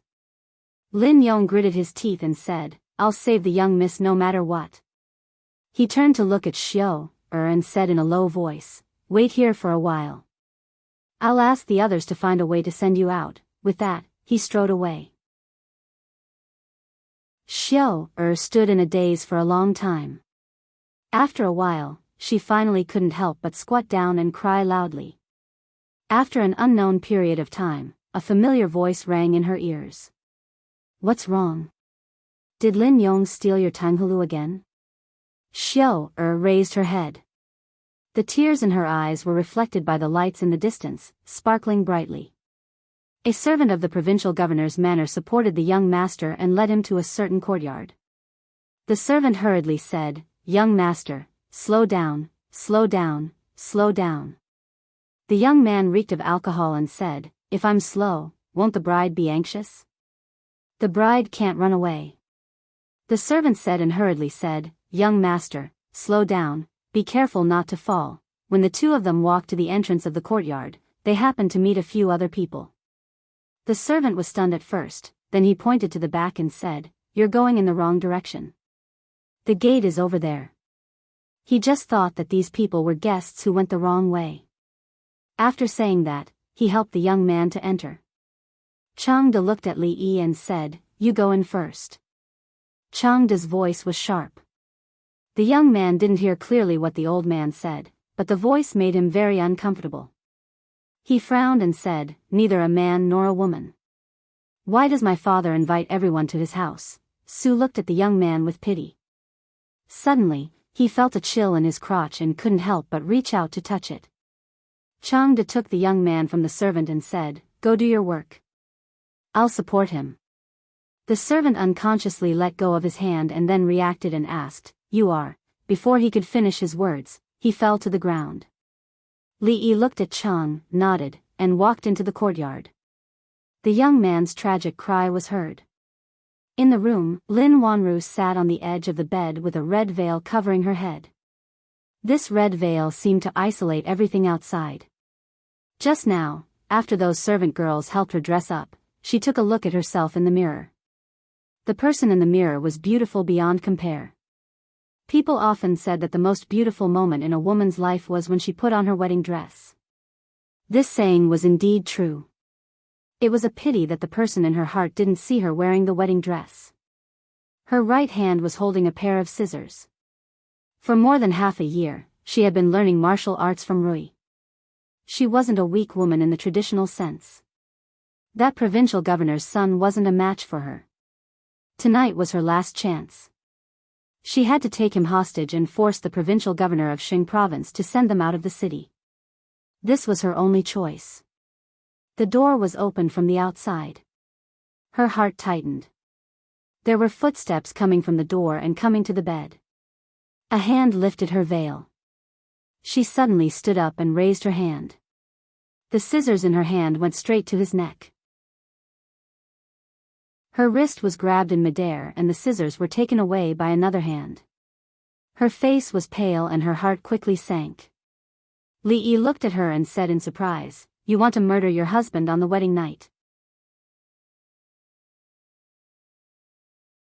Chapter 1138.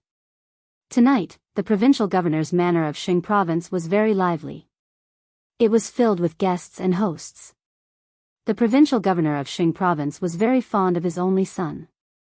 Almost every year, he would hold a grand wedding banquet for him. It was a pity that although the young master of the provincial governor had many wives and concubines, none of them could give birth to a son or daughter for the Ma clan. the people of Xing province discussed in secret. It was most likely that the Ma clan had done all sorts of evil deeds and the heavens were punishing them. They purposely caused the Ma clan to die without descendants to rid the world of this scourge. Of course, they were only discussing in secret. In Xing province, the Ma clan was the local tyrant. They had to pay the taxes and give the gifts that they had to give. Once they disobeyed, a great disaster would befall them. Provincial Governor's Manor. Congratulations, Lord Provincial Governor. I hope young Master Ma will have a son soon. Everyone, don't stand on ceremony today. Drink to your heart's content. The guests that had entered the manor cupped their hands and congratulated. After 3 rounds of drinking, the provincial governor of Xing province had finished dealing with the guests. He was a little tipsy and cupped his hands. Everyone, continue. I will go and rest first. He was supported back to his bedroom by the servants. When he closed the door and walked to the bedside, he discovered that there was already a person sitting at the table in the room. It was an old man with white hair. He looked a little sloppy and was currently sitting there, looking at him with an indifferent gaze. When he saw this unfamiliar old man, his body trembled and he immediately sobered up. He asked warily, "Who are you?"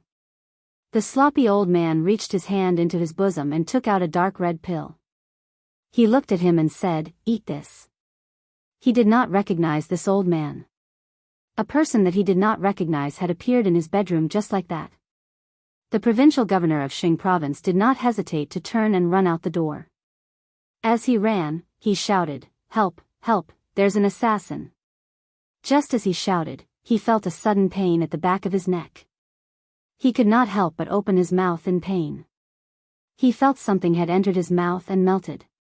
That thing tasted extremely bitter, so bitter that tears almost flowed down his face. He squatted on the ground with tears and mucus flowing down his face. He stuck his finger into his throat as if he wanted to dig that thing out. However, he only retched a few times and did not vomit anything out.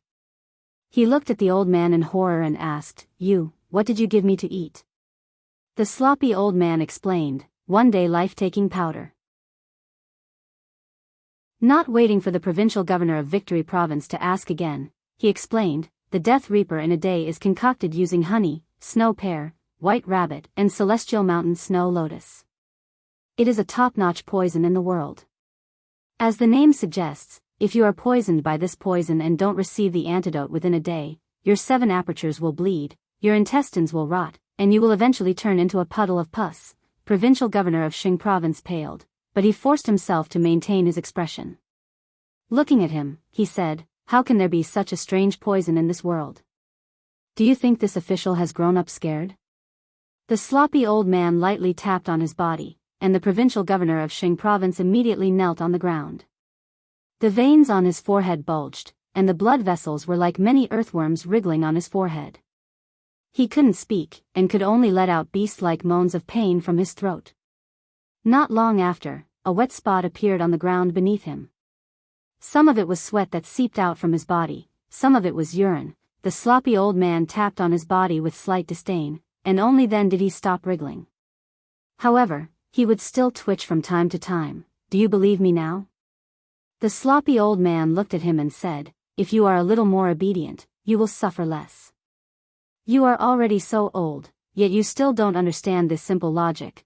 Provincial governor of Xing province's complexion was completely pale. Using his last bit of strength, he asked, "You, who are you?" In a certain courtyard in the provincial governor's manor, the young master's drunkenness had already completely dissipated. His face was filled with terror.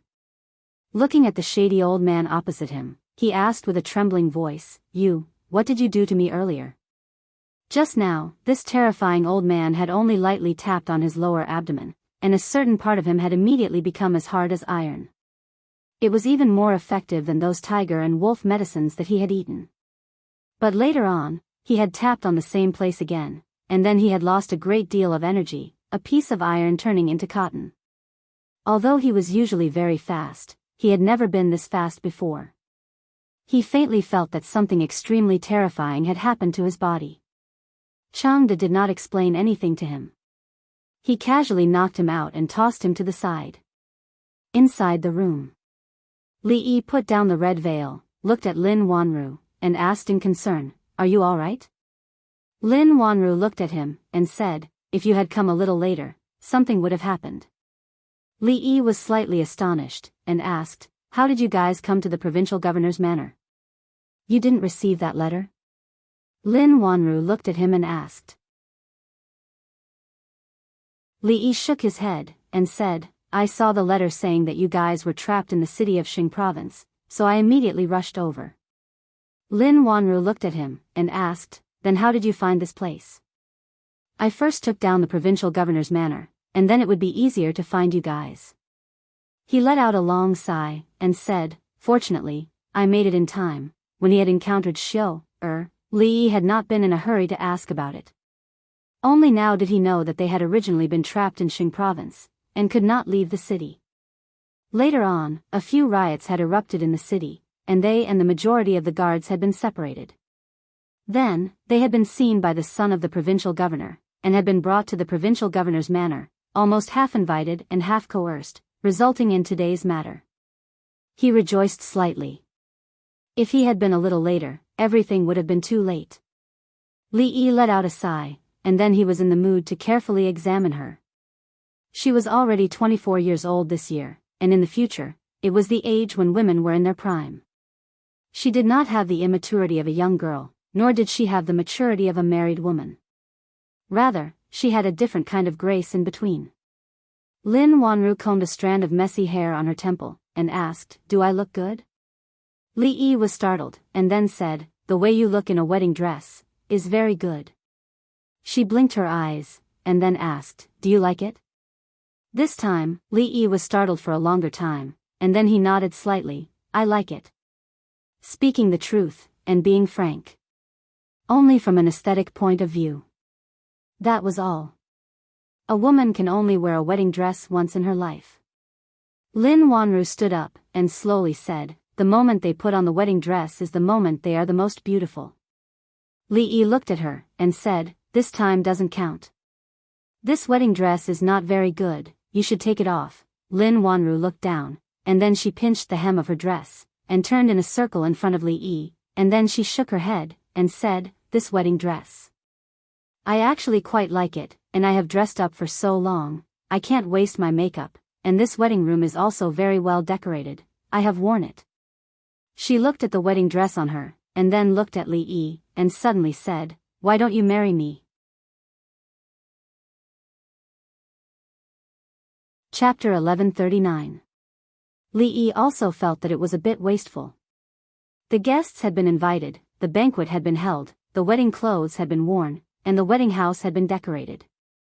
If nothing happened, it would be a waste of the wealth that the governor of Xing province had plundered from the people. It would be a shame to the people of Xing province, and a shame to the people of the world. But compared to when drunken Ink Ruoqing got married, it was still a bit shabby. He looked around and asked, "Isn't it too hasty?" Lin Wanru sat on the edge of the bed and looked away from him. She said, "This time, I had thought that I would never see you again." Li Yi sighed softly. In this world, there were many things that were destined. If one really had to talk about it, the main culprit for them being trapped in Xing province was actually him, so all of this could be said to be his own doing. There was a relaxed smile on Lin Wanru's face. She said, "At that time, I thought, if I died like this, it would be such a pity. I haven't married yet, haven't waited for 2 years when no one wants me to marry you, some things should not be delayed." She turned to look at Li Yi and said, "There is no time like the present. Instead of waiting for 2 years, it is better to do it now." She walked to the table and poured 2 cups of wine. She handed one to him and said, "Will you marry me?" Li Yi took the wine cup. Her wrist went around Li Yi's wrist, and the two drank the wine in the cup in one gulp. He looked at her and said apologetically, "I am sorry to have made you wait so long." In fact, regarding this matter, he had already confessed to Rui before he came. The debt of love that he had caused, he had to pay it back even if he had to kneel. Of course, the bite mark on his arm from Rui was still there. When they crossed cups of wine, the moment they raised their head, Li Yi seemed to see a familiar scene out of the corner of his eye. When he put down the wine cup, he realized that it was not an illusion. Mississippi Lou crossed her arms over her chest and leaned against the door, looking at him calmly. She looked at him, then looked at Lin Wanru, and asked, "Should I come a day later?" Outside the yard, Sue looked at Changda and asked, "Does this count as being caught red-handed in bed?" Naturally, Chang would not be so bored as to answer his question. Sue didn't expect him to answer. He shook his head and said, TSK, I'm still one step too late. I can't even be ranked 5th now." Li Yi did not expect Rui to arrive so timely. He did not know that after they left, she sent a letter to Liuzhou and that Mississippi Lou would travel day and night to come here personally because of that letter. Even if he didn't find the provincial governor's manor today, with Rui around, Wanru and the others would be fine. After all, she would always appear when she should and shouldn't appear. The provincial governor of Xingzhou was already under Sue's control. After eating an overdose of white rabbit creamy herb, complemented by Sue's unique secret technique, he was not afraid that he would not listen to him after tasting that kind of feeling that was worse than death. As for the son of the provincial governor who had committed all kinds of crimes, he had also paid a heavy price for offending the narrow-minded director Chang. From a certain point of view, he could no longer be called a son. Li Yi lay on the bed, his hands behind his head, a trace of fear still lingering in his heart. Fortunately, nothing went wrong in the end. It was just that Rui's appearance was a little too untimely. Otherwise, he would probably be able to talk to Wanru all night, talking about life and ideals. Before coming, he had actually thought of many ways, but he had not expected that the one who was seduced in the end would be himself. At home, Rui's martial arts were too high, and he couldn't beat her. As the Empress, Ruoqing was in charge of hundreds of thousands of people. Drunk Mo always liked to be at the top, and only Ruoqing listened to him. Shopkeeper Lin was indeed the same shopkeeper Lin. If she was as domineering as before, her husband's authority might still be weak in the future. In another room, Mississippi Lou sat in front of the table, hugging autumn water, lost in thought. There was a knock on the door. She stood up and walked over to open the door. Lin Wanru came in with a quilt in her arms and said, "I've experienced many things in the past few days. I feel a little uneasy. I'll sleep with you tonight." Mississippi Lou didn't respond, but she didn't refuse either. With her personality, this was a tacit agreement. Lin Wanru walked to the bed, made the bed, and sat down next to her again. In fact, the two of them had a very good relationship, although neither of them liked to take the initiative to talk. Tonight, the one who broke the silence was Lin Wanru. She thought for a while, looked up at Mississippi Lou and said, "I'm sorry, I didn't tell you about this. Everyone can see what happened between you two." Mississippi Lou looked at her and said, "Before I came, Dwayner asked me if he could call Aunt Wanru mother when she comes back." Lin Wanru smiled and asked, "Did Dwayner ask when he could call Aunt Mother?" "No." Mississippi Lou put autumn water down and picked it up again. She said calmly, "Don't drag me into your matters. Rui." Lin Wanru looked at her and suddenly said, "How long are you going to wait?" Mississippi Lou held Autumn Water's hand tightly and said calmly, "I'm not waiting for anything. I've searched for her thousands of times, but when I look back, she's in the dim light." Lin Wanru had a faint smile on her face and said, "This is the best Upper Yuan poem I've ever heard." Mississippi Lou stood up and said, "I'm sleepy, I'm going to sleep." Lin Wanru watched her walk to the bedside, sighed softly, blew out the light, and walked over slowly. When she walked to the bedside, Mississippi Lou had already closed her eyes. She took off her clothes and lay down beside her. When her breathing began to stabilize, a pair of eyes slowly opened beside her. Xiao had cried for too long last night. When she woke up in the morning, although her face was full of smiles, her eyes were still swollen. Mississippi Lou woke up even later than Li Yi.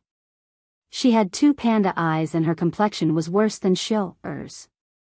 She probably didn't sleep well last night. Li Yi gave her 2 hard-boiled eggs. He wanted her to roll them in her eyes to get rid of the dark circles, but she actually peeled the eggs and ate them. Mississippi Lou only ate the egg whites. Li Yi ate the remaining egg yolks and cooked 2 more for her, specifically telling her that they weren't for eating. After saving Wanru, they should have immediately set off to go back. However, since they were already here, if they didn't kill some Taoist nuns along the way, Su and Elder Tian wouldn't be in a good mood. So this morning, Su Jing brought people to occupy the branch of holy religion in Qing State. They simply moved to the branch of holy religion and waited for the Taoist nuns. Outside the capital, the 150,000 garrison soldiers of the capital had been in a stalemate with the 50,000 Imperial Army soldiers for more than 2 months. Although there was a huge disparity between the two sides in terms of military strength, it was still not enough to take down a country's capital with just this amount of military strength. If one wanted to use up the food supplies of the capital by surrounding it so that the city would collapse on its own, one would have to be prepared for a prolonged battle. There was enough food in the capital to last for several more months, but the 150,000 soldiers outside the city also needed food supplies. In the last 2 months, Zhao Zheng had scraped the ground, giving the provincial governors of 10 some provinces a strict order that they had to ensure a sufficient supply of food. In a tent, a purple-clothed man looked at Fang Yu and said, "Protector, for some reason, we lost contact with our branch in Qing State half a month ago. There's also been no news from the blue-clothed emissaries." Qing State, a hint of confusion appeared on Fang Yu's face. The entire capital region was now under their control. With a single order, he could command an army of 100,000 soldiers. Who would dare to make trouble for the holy religion in Qing State? It had been a very long time since a branch of the holy religion had become uncontactable. Although this routine was very familiar, he didn't believe that anyone would be so bold as to act so atrociously here. He glanced at the purple-clothed emissary and said, "Go see the branch in Qing State for yourself."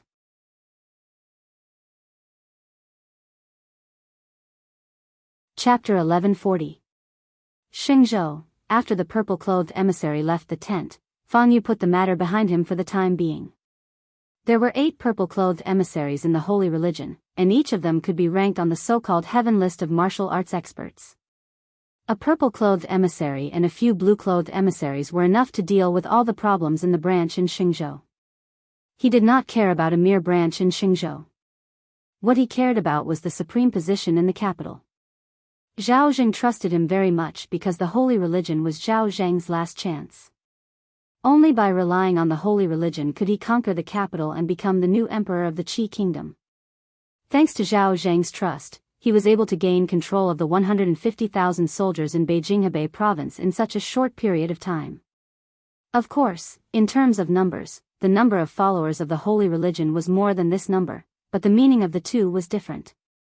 He was the guardian of the right of the holy religion, second only to one, above tens of thousands, and leading more than 100,000 followers. But if he could become the emperor of a country, he would be above millions and tens of millions of people. This was the difference between heaven and earth. A figure walked into the tent. Fang Yu glanced at her, and his expression immediately became solemn. He bowed and said, "Your Highness." The Taoist nun walked inside and asked indifferently, "Did something happen in the branch in Xingzhou?" Fang Yu hurriedly nodded and said, "I've sent the purple-clothed emissary to investigate it personally." The middle-aged Taoist nun did not continue this topic. She turned to look at him and suddenly asked, "Do you want to replace Zhao Zheng?" Fang Yu's expression changed. He clenched his teeth and said, "Auntie, Zhao Zheng is a narrow-minded man. He doesn't keep his word. We can't trust him so easily. I'm afraid the first thing he will do after he ascends to the throne will be to get even with us. We can't place our hopes on him. As long as he sits in that position, I naturally have a way to make him listen to me." The Taoist nun looked at him and said, "You're not a legitimate member of the Zhao family. Even if you conquer the capital, the courtiers won't agree, and neither will the people of the Qi kingdom. If you want to sit on the throne, the whole world will oppose you. When that time comes, you won't even be able to take care of yourself. How can you avenge your family?" "Auntie," the Taoist nun looked at him and continued to ask, "Revenge for your family or your selfish desires, which is more important?" "Of course, revenge is more important." Fang Yu was silent for a moment, then said in a deep voice, "I know I was wrong. The middle-aged Taoist nun walked to the door, then turned around and said, Xingzhou is already part of the capital region. The branch won't get into trouble easily. Keep an eye on this matter. Fang Yu bowed and said, yes. After the Taoist nun left, Fang Yu paced a few times in the tent and sat down again. Vengeance was important, but it was even more important to be an emperor who held great power and did whatever he wanted. The holy religion has 8 purple-robed emissaries, and each of them is in charge of a branch in several states. Now that we've taken down one, there are 7 left. Su Zheng sat opposite Li Yi and continued, the position of the purple-robed emissaries in the holy religion is only below that of the empress and the protectors. Each of them is very important and indispensable. The disappearance of one of them will definitely attract great attention, and even the empress will come personally. What Li Yi wanted was the empress coming personally. If it weren't for the fact that they had limited energy and manpower, he would even want to destroy all the branches of the holy religion in the capital region. He didn't believe that the Taoist nun would still be able to sit still. Here, Elder Su had been waiting for her for so long that he couldn't wait any longer. After taking down the Taoist nun, Ruoqing would be the only empress, and the holy religion of the Lin family would be completely in his hands. At the same time, he could help Zhao Yi out of trouble and return the favor of taking care of the Lin family all these years. It was the best of both worlds. The goal was clear, the plan was smooth, and everything was perfect. The only thing that was not so perfect was that Mississippi Lu was sick. Except for that time in Fengzhou, when she was seriously injured, Li Yi had never seen Mississippi Lu sick in the past few years. She didn't even have the most common cold and fever. He had always thought that Rui was a superman, and that the illnesses of mortals had nothing to do with her. Only now did he realize that he was wrong, and very wrong. She didn't get up in the morning, and she didn't even get up when it was time for breakfast. She was never like this usually, so Li Yi thought that she was not in the room. When he walked in, he found that she was still lying on the bed.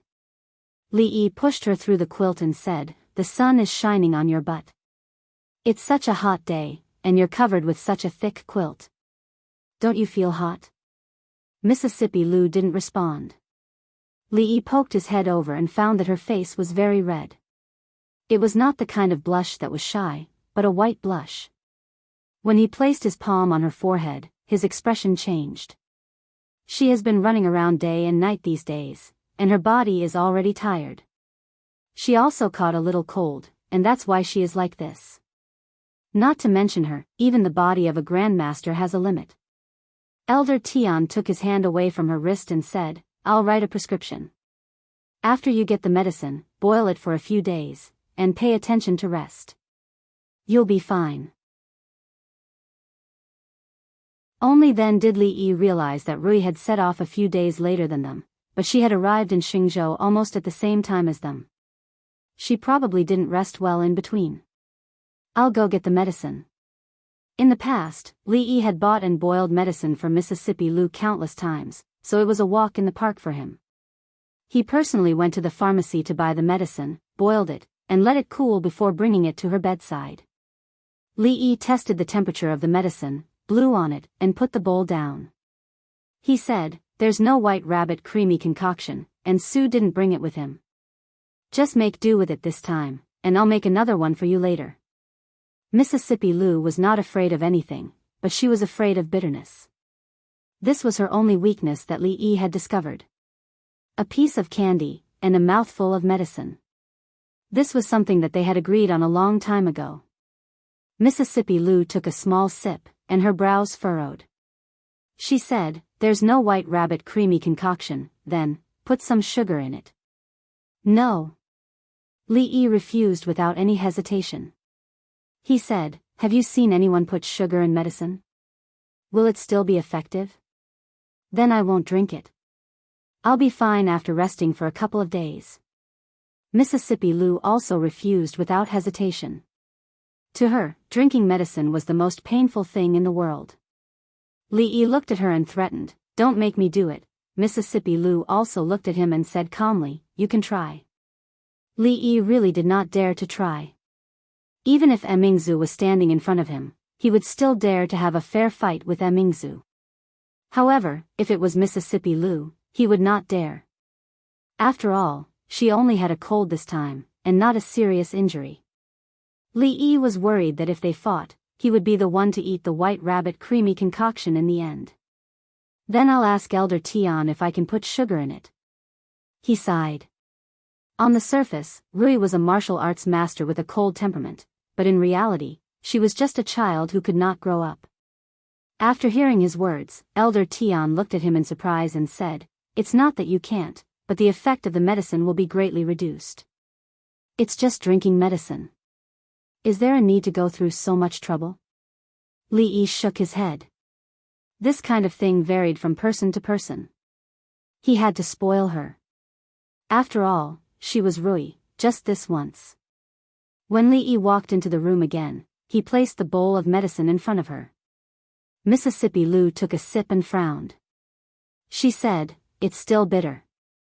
Add a little more." Lee looked at her and said, "Don't go too far. Any more and it'll be useless. Hold your breath and drink it in one go. That way, you won't feel the bitterness." Mississippi Lou frowned. She held her breath and drank the entire bowl of black medicine. She put down the bowl and clutched her chest. She frowned and only calmed down after a while. She raised her head to look at Lee and asked, "Why does it taste as bitter as without sugar?" "Because I really didn't put sugar in it." Lee looked at her and said, "Didn't you drink it all without sugar?" Mississippi Lou looked at him and pointed at the long sword hanging on the wall. She said, "Help me get the autumn water." Lee did not understand. Rui is already so sick. Why would she need the autumn water? What she needs is a good rest. Fong did not understand either. The second young mistress had a serious cold. However, when he saw her chase after the son-in-law, it did not seem like it, outside the capital, in a tent. The middle-aged Taoist nun frowned. Did Envoy Chenzi not return? Fong Yu's expression was also a little unsightly. After Envoy Chenzi left, there was no more news. The blue-clothed envoys that were sent were also not heard from. Fong Yu looked at the purple-clothed people behind him and said, "The four of you go together. You must find out what happened in Xing province and where Envoy Chenzi is now." The middle-aged Taoist nun shook her head and said, "There's no need. This time, I'll go personally." Fong Yu thought for a while and said, "The four of you follow Her Highness. If something happens, you can take care of her, yes?" The four of them bowed in unison.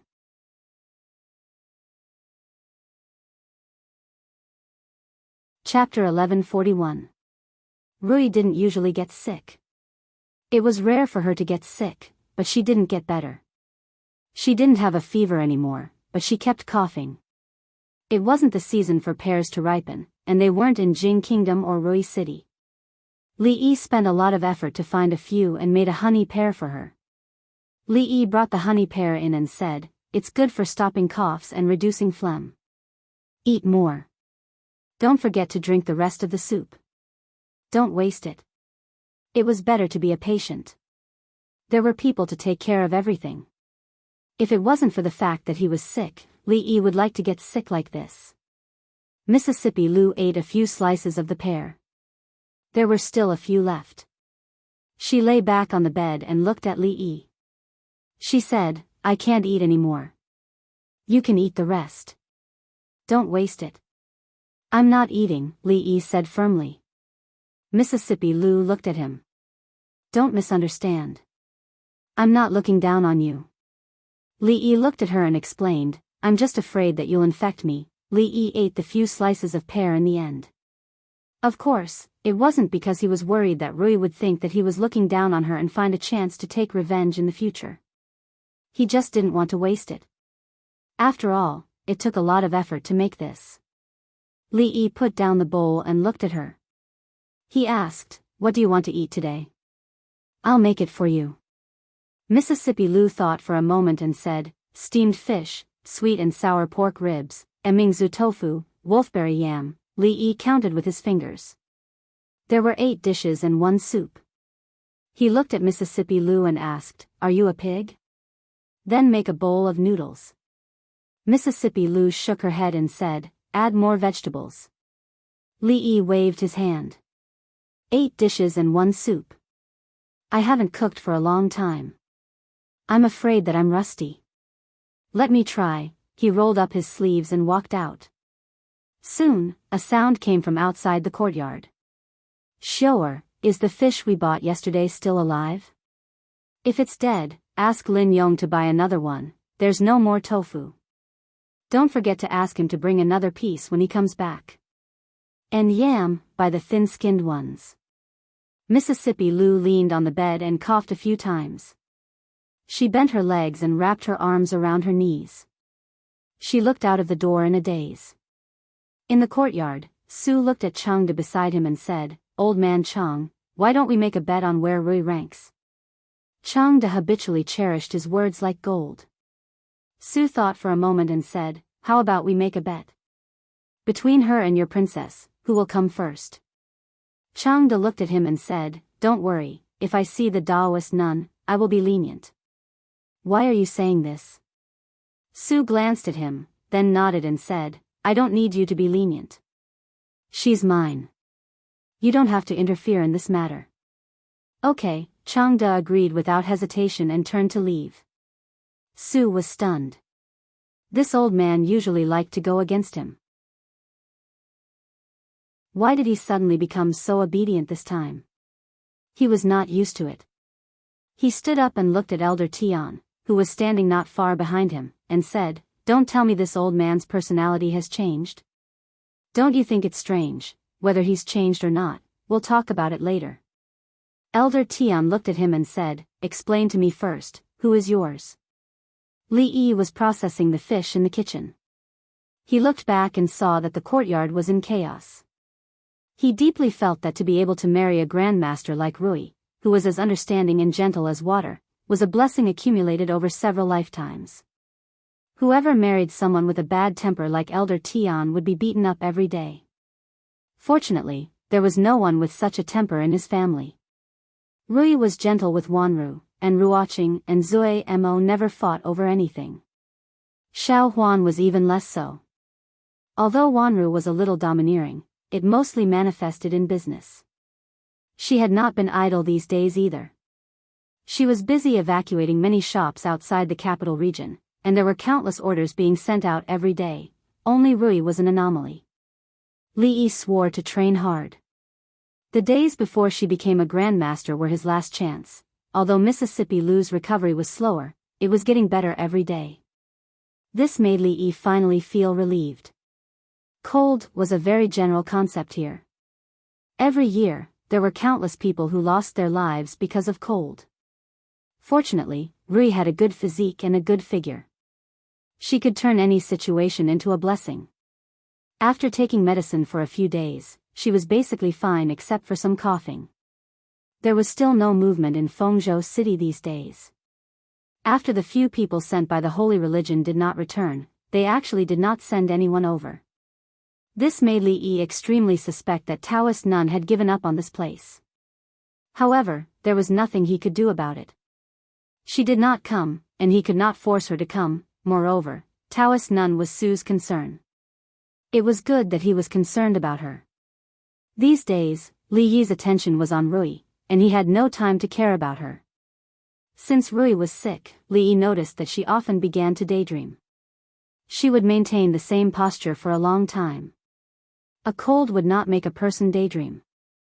Elder Tian said that she was tired and couldn't let go of the knot in her heart. Otherwise, she would not have suddenly fallen ill. A small cold took so long to deal with. What knot could Rui have? She never talked about it, and Li Yi never knew. Was it because she had seen too many grandmasters these days, and it stimulated her? Li Yi did not know. He brought a bowl of medicine into her room.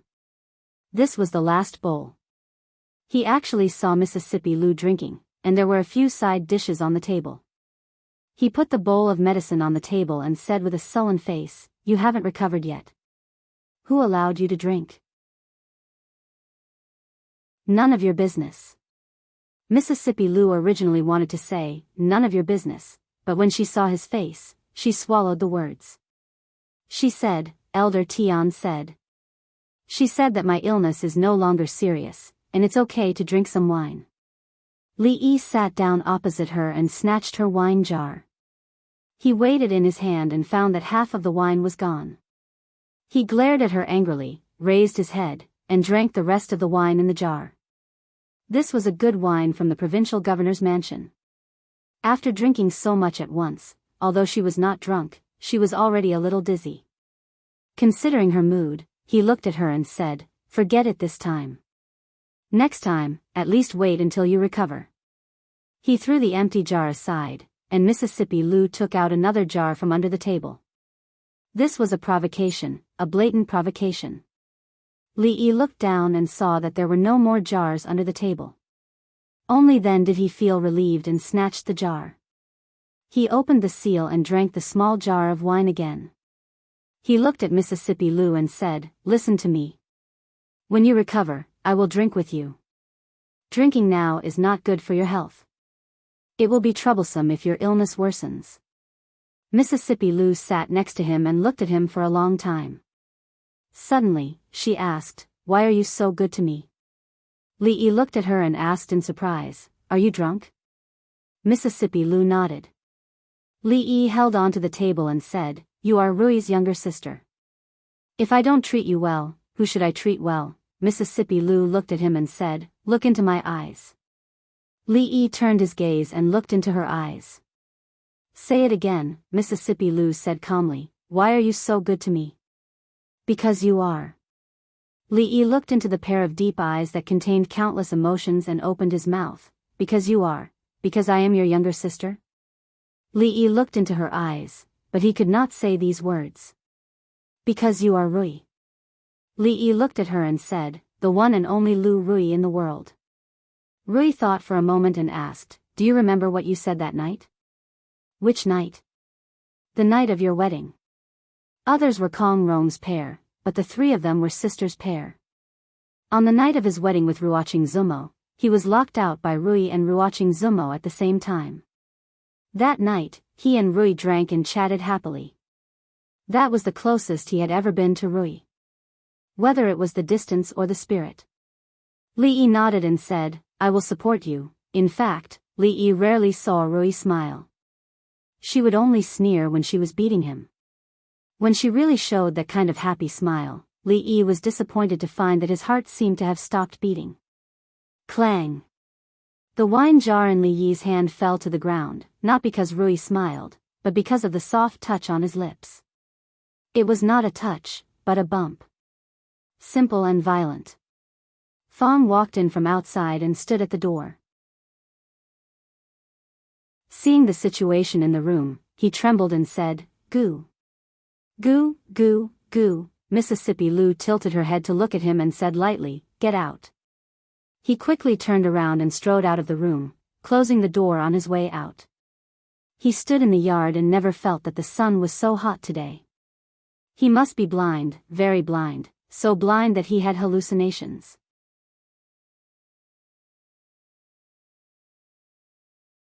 Chapter 1142. Li Yi's mind went blank, but he thought of many things in an instant. Did he take too little time to brush his teeth in the morning? Did he eat something that he shouldn't have eaten in the morning? Did he taste the medicine for Rui just now? Was it hot or bitter? Was his mouth filled with a taste that she didn't like? And he drank wine just now. He really shouldn't have. He still didn't know where to put his hands. Would it be weird if he just let them hang like that? Should he put them on her waist? Shouldn't a man and a woman put their hands on her chest when kissing? But if he put them on her chest, would she beat him up? Regardless of whether Rui wanted to beat him up or not, he really wanted to beat Fong up now. It wasn't a vigorous French kiss, nor was it an extraordinary passionate kiss. He didn't even stick out his tongue, lips touched, lips parted. That was all. "I like you." Rui looked at him with a very serious expression. "It started a long time ago. But, why is it you? Why does it have to be you?" Li Yi rarely saw Rui smile, but she would smile occasionally. He had never seen Rui cry, not even once. He didn't see her shed a tear, but after saying those 2 sentences, her face was already covered with tears. I like you, why does it have to be you? These 2 sentences didn't seem to have any logic, but Rui understood, and so did Li Yi. No one understood the meaning of these 2 sentences better than them. He hugged her tightly. This was the first time that they were so close to each other. He looked at Rui and kissed her heavily, just like she had kissed him just now. The difference was that this time, he stuck out his tongue. In the yard, Fong looked at the sloppy old man and said, "You win." He looked extremely puzzled and asked, "How do you know it's second miss?" The sloppy old man shrugged. "I guessed it." As soon as he said that, a loud sound rang in their ears. Somewhere in the room, a door burst open, and wood splinters flew everywhere. They could only see a white shadow disappear into the courtyard. Fong's expression changed, and he hurriedly ran over. Li Yi walked out of the room. He stood in the courtyard in a daze for a long time. It wasn't until Fong kicked his butt that he came back to his senses. Fong looked at him and said with some disappointment, "What are you waiting for? Go after him." After a gust of wind, Li Yi's figure disappeared from the courtyard. Fong turned around and saw the sloppy old man standing rooted to the ground. His face was filled with extreme shock, as if he had seen a ghost in broad daylight. He glanced at the sloppy old man and said lightly, "Haven't you already guessed it? Why are you pretending?" The sloppy old man put away his shocked expression and seemed to recall some past events. He let out a long sigh and muttered, "There's no justice in this world, there's no justice in this world." When Li Yi stood on the street, he could no longer see Mississippi Lu's figure. A peddler picked up the scattered goods on the ground, looked in a certain direction, and scolded angrily, "Why are you running so fast? Are you in a hurry to reincarnate?" Li Yi ran in that direction. The peddler who was carrying a pole looked at the crushed fruits on the ground with a painful expression on his face. He said angrily, "Damn it, why are you in such a hurry to reincarnate today?" Li Yi chased all the way out of the street and even out of the city gate. He chased for a long time, but he didn't see Rui. Finally, he couldn't run anymore. He stopped on the official road, held a big tree, and panted heavily. When Rui pushed him away and ran out, he felt that he was about to lose the most important thing. His heart seemed to be grasped by someone, and it kept clenching and clenching. At that moment, she was no longer the fearless leader of Wulin, nor was she the king of mountain bandits. She was just Lu Rui. From the first year of Jing He to the 4th year of Jing Ping, they had been walking for a whole 8 years. From Qing and prefecture to the capital, to the Qi kingdom, to the capital, to Shuzhou, to the city of Rui, to the Wu kingdom, and now to the Qi kingdom, only they knew how much they had experienced. They couldn't be separated for a long time, and they wouldn't be separated. "Rui, Rui," Li Yi leaned against a tree by the side of the road and laughed like a fool. "What are you laughing at?" A voice came from above him. Li Yi raised his head slightly and said, "Come down first." "I can't." Li Yi raised his head even higher and said, "Do you know why girls can't climb trees when they're wearing skirts?" Just as he finished speaking, a figure appeared beside him. Li Yi leaned against the tree and said, "I like to hear you say you like me. Do you want to say it again? Why can't you say it? I like you." Li Yi looked at her and said, "I like you very much." "I don't like you." "It's useless to say it now." Li Yi laughed happily. Holding his stomach, he said, "I didn't think our Rui would cry. To tell the truth, you look pretty good when you cry. Say it again. When did you start to like me? Didn't I say it earlier? Say it again." "Okay." Li Yi held back his laughter and was about to speak when a voice came from the front. "Your Highness Jiang of Silla, what are you so happy about?" The voice was both familiar and strange. Li Yi looked at the Taoist nun walking toward him and casually raised his hands in a salute. "Taoist Fong, long time no see." The Taoist nun held a horsetail whisk and nodded. "Yes, long time no see. How is the other empress of our holy religion?" Li Yi smiled and said, "Of course she's very good." The Taoist nun looked at him and said, I wonder if Your Highness Jiang of Silla has the time to come with me again? Mississippi Lu was waiting for him to confess again. Hearing this, she frowned and looked at her. Get lost. The middle-aged Taoist nun looked at her and put down the horsetail whisk in her hand. Mississippi Lu looked at Li Yi and said, "Wait a moment." As soon as she finished speaking, her figure had already disappeared. At the same time, an extremely sharp sword light appeared in the middle-aged Taoist nun's eyes. One sword. She only used one sword move. The sword light rippled like water and filled the entire space. After a moment, Mississippi Lu came back with autumn water in her arms. Okay, you can continue now. Li Yi sighed and looked at her. Will I never be able to catch up to you? Are you going to tell me or not? If not, I'm leaving. Probably the first time we met, from the moment you looked at me on the horse, waved your hand and said, "Tie me up," Mississippi Lu leaned against the tree and hugged autumn water. She said with interest, "Continue, don't stop. Do you remember that time when I bet with you which of the two rocks would fall to the ground first? You said it would be the bigger one. At that time, I thought, such a silly girl must be very easy to fool. At that time, I didn't know that you weren't silly at all.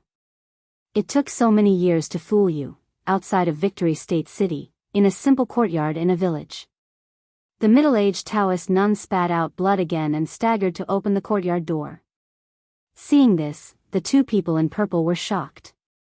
They immediately walked forward and said in panic, Lady, what's wrong? Stand guard here. No one is allowed to come in." The middle-aged Taoist nun walked into a room and stopped the two people in purple from helping her up. Inside the room, the other two people in purple also quickly walked over. The four of them looked at each other. In the next moment, four sword lights appeared in the small room.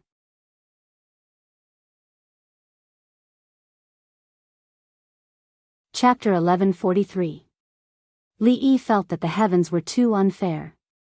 They were both only a step away from becoming a grandmaster. Why was it that when he kissed Rui broke through, but he did not improve at all? Moreover, her breakthrough was the kind of breakthrough that could shock people to death. She had only become a grandmaster for 2 hours, but she could already beat the Taoist nun who had been stuck in the grandmaster realm for decades. Although this kiss was blissful and beautiful, so beautiful that it bubbled, but it also made one of the beautiful wishes in his heart, the wish that one day he could be the master of the world, completely become a bubble. He looked at Rui gloomily and said, "Why don't you try kissing me again? Maybe I can break through too." Mississippi Lu rolled her eyes at him and turned to walk forward. Li Yi hurriedly chased after her. "Why don't I kiss you too?" Outside Xingzhou City, in a small courtyard in a deserted village. Inside the room, the smell of blood assailed the nostrils. Taoist nun held a horsetail whisk in her hand and slowly sat down. The room was covered in blood, and the four men in purple lying on the ground were moaning in pain. When did it start? She covered her mouth and coughed a few times, wiping the blood from the corner of her mouth. Her voice was emotionless. One of the men in purple was lying at her feet. His throat made a sound like a broken bellow, and he kept coughing out blood. He coughed for a long time before he said, This subordinate has been following Her Highness since 20 years ago. Today's ending is all of it is my own fault." After saying this, he seemed to have used up all his strength. His chest was heaving up and down. After a long pause, he continued, "I don't beg you to spare my life. I only hope that you can give me a quick death so that I won't be wasting my time following you all these years." The middle-aged Taoist nun looked at him and said softly, "The guardian asked you to do this." None of the four men in purple said anything. "Come out." The Taoist nun coughed again and said, "Come out and tell me, why did you do this?" Creak, the back door of the room was pushed open, and a figure came in from behind. "Auntie." Fang Yu stood in the room and looked at her. He sighed and said, "Don't blame me." The middle-aged Taoist nun put the horsetail whisk on the table and looked at him, saying, "Give me a reason." "What reason do I need?" Fang Yu shook his head and said, "Only when Auntie dies and the holy religion is in my hands can I do what I want to do."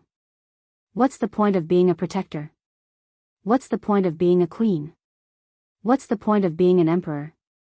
Do you understand? I want to be the emperor, but you won't let me. Fang Yu looked at him with a slightly ferocious expression and said, "The holy religion is the holy religion of our Fang family. You actually made me the right emissary and gave the token of the left emissary to a completely unrelated person. We're about to conquer the Qi kingdom, but what about you? You made that man's surname Zhao the emperor. Did you ever consider my feelings when you did this? If you become the emperor, you'll be opposed by the entire Qi kingdom." The middle-aged Taoist nun was silent for a moment and asked, "Don't you want to avenge the Fang family? What do you mean by great enmity? Whoever wants to do it can do it." Fang Yu waved his hand and said, "The Jing kingdom is so powerful. With just us, we won't be able to get our revenge in this lifetime. Isn't it good to be the emperor of the Qi kingdom? Why do we have to go against the Jing kingdom?" The Taoist nun looked at him calmly. After a long while, she lowered her eyelids. "You're the last male descendant of the Fang family. Your father entrusted you to me back then so that I could help you complete your great plan of revenge." She shook her head and said, "Even you don't care, so why should I?" After she said that, she couldn't help but cough a few more times. A few more blood-colored flowers appeared on the Taoist robe in front of her chest. She was already seriously injured, and she was ambushed by those 4 people just now. Now, her injuries were even more serious. She had wanted to stabilize her injuries as quickly as possible and then escape immediately. But now, it was all too late. "Don't you dare use my father to pressure me." Fang Yu roared, "How many years has it been since the incident of the Fang family? Why should I be the one to avenge them? I don't want revenge. I just want to be the emperor. Whoever doesn't let me be the emperor, I'll kill them. Zhao Jing can't do it, and neither can you. I've waited for so many years." A look of melancholy appeared on Fang Yu's face. He murmured, "I had placed all my hopes on the king of Shu, but the king of Shu of the Jing kingdom is a complete good-for-nothing. Zhao Zheng is also a good-for-nothing, but good-for-nothings are also useful. Zhao Zheng, that good-for-nothing, can make me the emperor of the Qi kingdom. I can't miss this opportunity. To hell with holy religion, to hell with vengeance. Can they be more important than being the emperor?" The middle-aged Taoist nun coughed a few more times. This time, the blood at the corner of her mouth was not wiped clean. She looked in a certain direction and said, "You shouldn't have come." Fang Yu looked at her and shook his head. He said, "Aunt, you know that I can't rest easy if I don't see you die with my own eyes." The middle-aged Taoist nun wiped the corner of her mouth with her sleeve again. She looked out of the door and said, "Come in." "Who's there?" Fang Yu's expression changed and he turned around abruptly. Li Yi and Rui walked in from the door. Behind them were Su, Elder Tian, and Chang. The middle-aged Taoist nun looked up and said, "I've kept you waiting, haven't I?" Su's expression was extremely gloomy. It was as if the goods he had guarded for many years had been stolen at the most critical moment. More importantly, he could neither blame nor seek revenge on the person who had stolen his goods. Fang Yu's face turned pale. He instinctively wanted to turn and run. Su waved his hand and a white rabbit creamy candy struck his neck. Fang Yu fell to the ground. "Forget it. Since you don't want revenge, then let's not do it." The middle-aged Taoist nun mumbled. "After all, only you can represent the Fang family." After saying this, her entire body seemed to relax. A smile that Li Yi had never seen appeared on her face. She looked at Mississippi Lu and said, 20 years ago, I lost to Lu Qing in one move. 20 years later, I lost to you in one move. Your Lu family," cough, cough. Before she could finish, she vomited another mouthful of blood. The front of her Taoist robe was completely dyed red. "This is for you. Spare his life." She looked at Fang Yu and took out a token made of unknown material from her waist. She handed it to Li Yi. Li Yi knew what it was. He reached out and took it.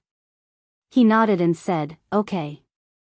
She looked at Mississippi Lou and said weakly, There's something I need your help with. She handed the horsetail whisk to Rui and said, This horsetail whisk was given to me by him years ago. If there's a chance in the future, please help me stick it in front of his grave. Tell him that Fong Jingyu doesn't owe him anything anymore.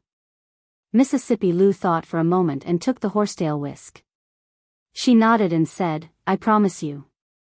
Thank you. Taoist Nun's expression was no longer as calm as usual. She smiled and quietly leaned against the chair. There was no more sound. Su let out a long sigh and murmured, It's not enough to kill her. Why did she have to do this? Li Yi could see that before today, this Taoist nun seemed to be carrying something extremely heavy on her back. Even though she was a grandmaster with top-notch martial arts skills, it was still difficult for her to breathe under the weight of the burden. At that moment, the weight on her body seemed to have completely disappeared. This Taoist nun had kidnapped him and saved him before. Li Yi hated her, but not to the extent that he hated her to the bone. He suddenly felt a sense of sorrow in his heart. He did not know if it was because of the passing of a grandmaster, or because an old friend he had known for a long time had passed away right before his eyes. Mississippi Lou's eyes were also a little red. Li Yi held her waist and let her head rest on his shoulder. He patted her back to comfort her. Then, he felt a hard pinch on his waist. There was one less grandmaster in this world. There was a new grave outside Xingzhou City.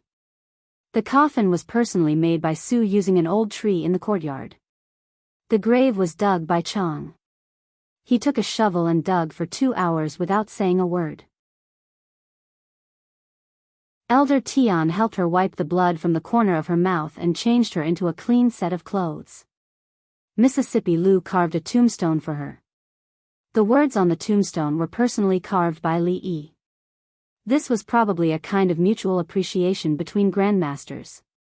It had nothing to do with friend or foe. At some point, Li Yi felt that he should not have joined in the fun. After all, he was not even a grandmaster. Unknowingly, he had lowered the status of the four of them.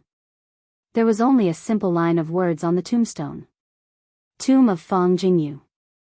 This was a very ordinary grave, so ordinary that it couldn't be any more ordinary.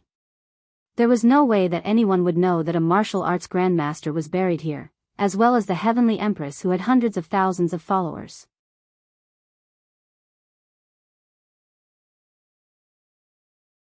Chapter 1144. The Taoist nun, who had many grudges with them, died. She had a smile on her face when she committed suicide. They had no way of knowing what kind of love and hatred this Taoist nun had with Li Yi's father-in-law, who had passed away a long time ago. However, that was no longer important. The grudge between the Fong family and the royal family of the Jing kingdom had turned into dust with her death. She could no longer see the future of the holy religion that she had built and developed with her own hands. Everything about her life was buried in this small grave. Li Yi held 3 tokens in his hands. One was given to him by the Taoist nun before she died. It represented the supreme position in the holy religion. The other 2 represented the left and right protectors of the holy religion. He already had one, which was the token of the right protector on Fong Yu's body. Holding these 3 tokens in his hands, he held the entire holy religion in his hands. He had promised the Taoist nun that he would spare Fong Yu's life.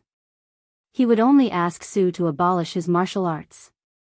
Fong Yu would live an ordinary life from now on, but he would not lack food and clothing. He would live an ordinary life, just as the Taoist nun had hoped. When Li Yi and Rui walked back, Fong, who had been looking at the courtyard gate, immediately turned his head. Actually, there was nothing for him to hide. Although he was blind, it wasn't the first or second day that he was blind. Rui wouldn't kill him just because of this reason. To Li Yi's regret, Rui was still not willing to talk to him after he had confessed and kissed her. After they came back, she locked herself in her room. No matter how many times Li Yi knocked on the door, she would not open it. In fact, he still had a lot to say to her, but he also knew how difficult it was for Rui to say those words and take that step. He stepped back and saw Wanru standing in the yard, smiling at him. She looked at Li Yi and asked, "Is she all right?" Li Yi sat down beside her and shook his head slightly. Don't worry. Wanru looked at him and said, there are some things that will be fine as long as she thinks it through. Li Yi looked at her. She reached out to hold his hand and said, actually, when we were in Fengzhou, I always thought that you were lovers who eloped. When you told me the truth, I thought you were lying to me. But I can see through your eyes. Your eyes can't lie. Li Yi sighed and looked at Rui's tightly shut door, feeling a little worried. She patted Li Yi's hand and said, you have to believe that you've been together for so many years. No matter what difficulties you encounter, you'll be able to overcome them. Su stood in the distance and sighed. He said, what's so good about this kid? Why does he meet all the good women in the world? Are you envious? A voice rang in his ear. No. Su turned to look at her and said, you're enough for me. Why should I be envious of him? Although Rui had taken that step, there was still a knot in her heart that was difficult to let go. Li Yi did not want to disturb her, so he took out the 3 tokens again. Before he left, there were still some things that needed to be arranged. King Feng's residence in the capital. A general half-knelt in front of Zhao Yi and said, Your Highness, the Crown Prince's 150,000 soldiers consume a lot of food every day. I'm afraid that the capital region has already been swept clean by them. When they run out of food, I'm afraid that they'll attack the city with all their might, send another 20% of the soldiers to guard the west gate, send people out of the city to find out where the reinforcements are. Have people increase the number of patrols at the city gates and reduce the time it takes to change guards by half. Zhao Yi gave a few more orders before he had the time to sit down and drink a cup of tea to moisten his throat. In the last few days, they had not only had to deal with the assault of the 150,000 soldiers outside the city, but also the various undercurrents within the capital. In addition, they also had to deal with Zhao Zheng and the spies of the Holy Church in the capital. If they let down their guard, the spies might even open the city gates and welcome the soldiers into the capital. If they were not careful, one wrong step would lead them into a bottomless abyss. And their reinforcements had encountered countless obstacles on the way and had yet to arrive. Zhao Xiuwen's delicate face was now covered in a scraggly beard. He walked up to Zhao Yi and slowly said, I'm afraid that there will be a fierce battle in the next few days.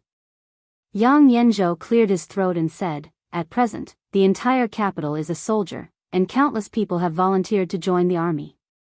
The imperial army has always been stronger than the soldiers of the capital. Even if there is a true battle, we might not necessarily lose. After a few moments of silence, Zhao Yi slowly said, If that's the case, then we can only fight to the death.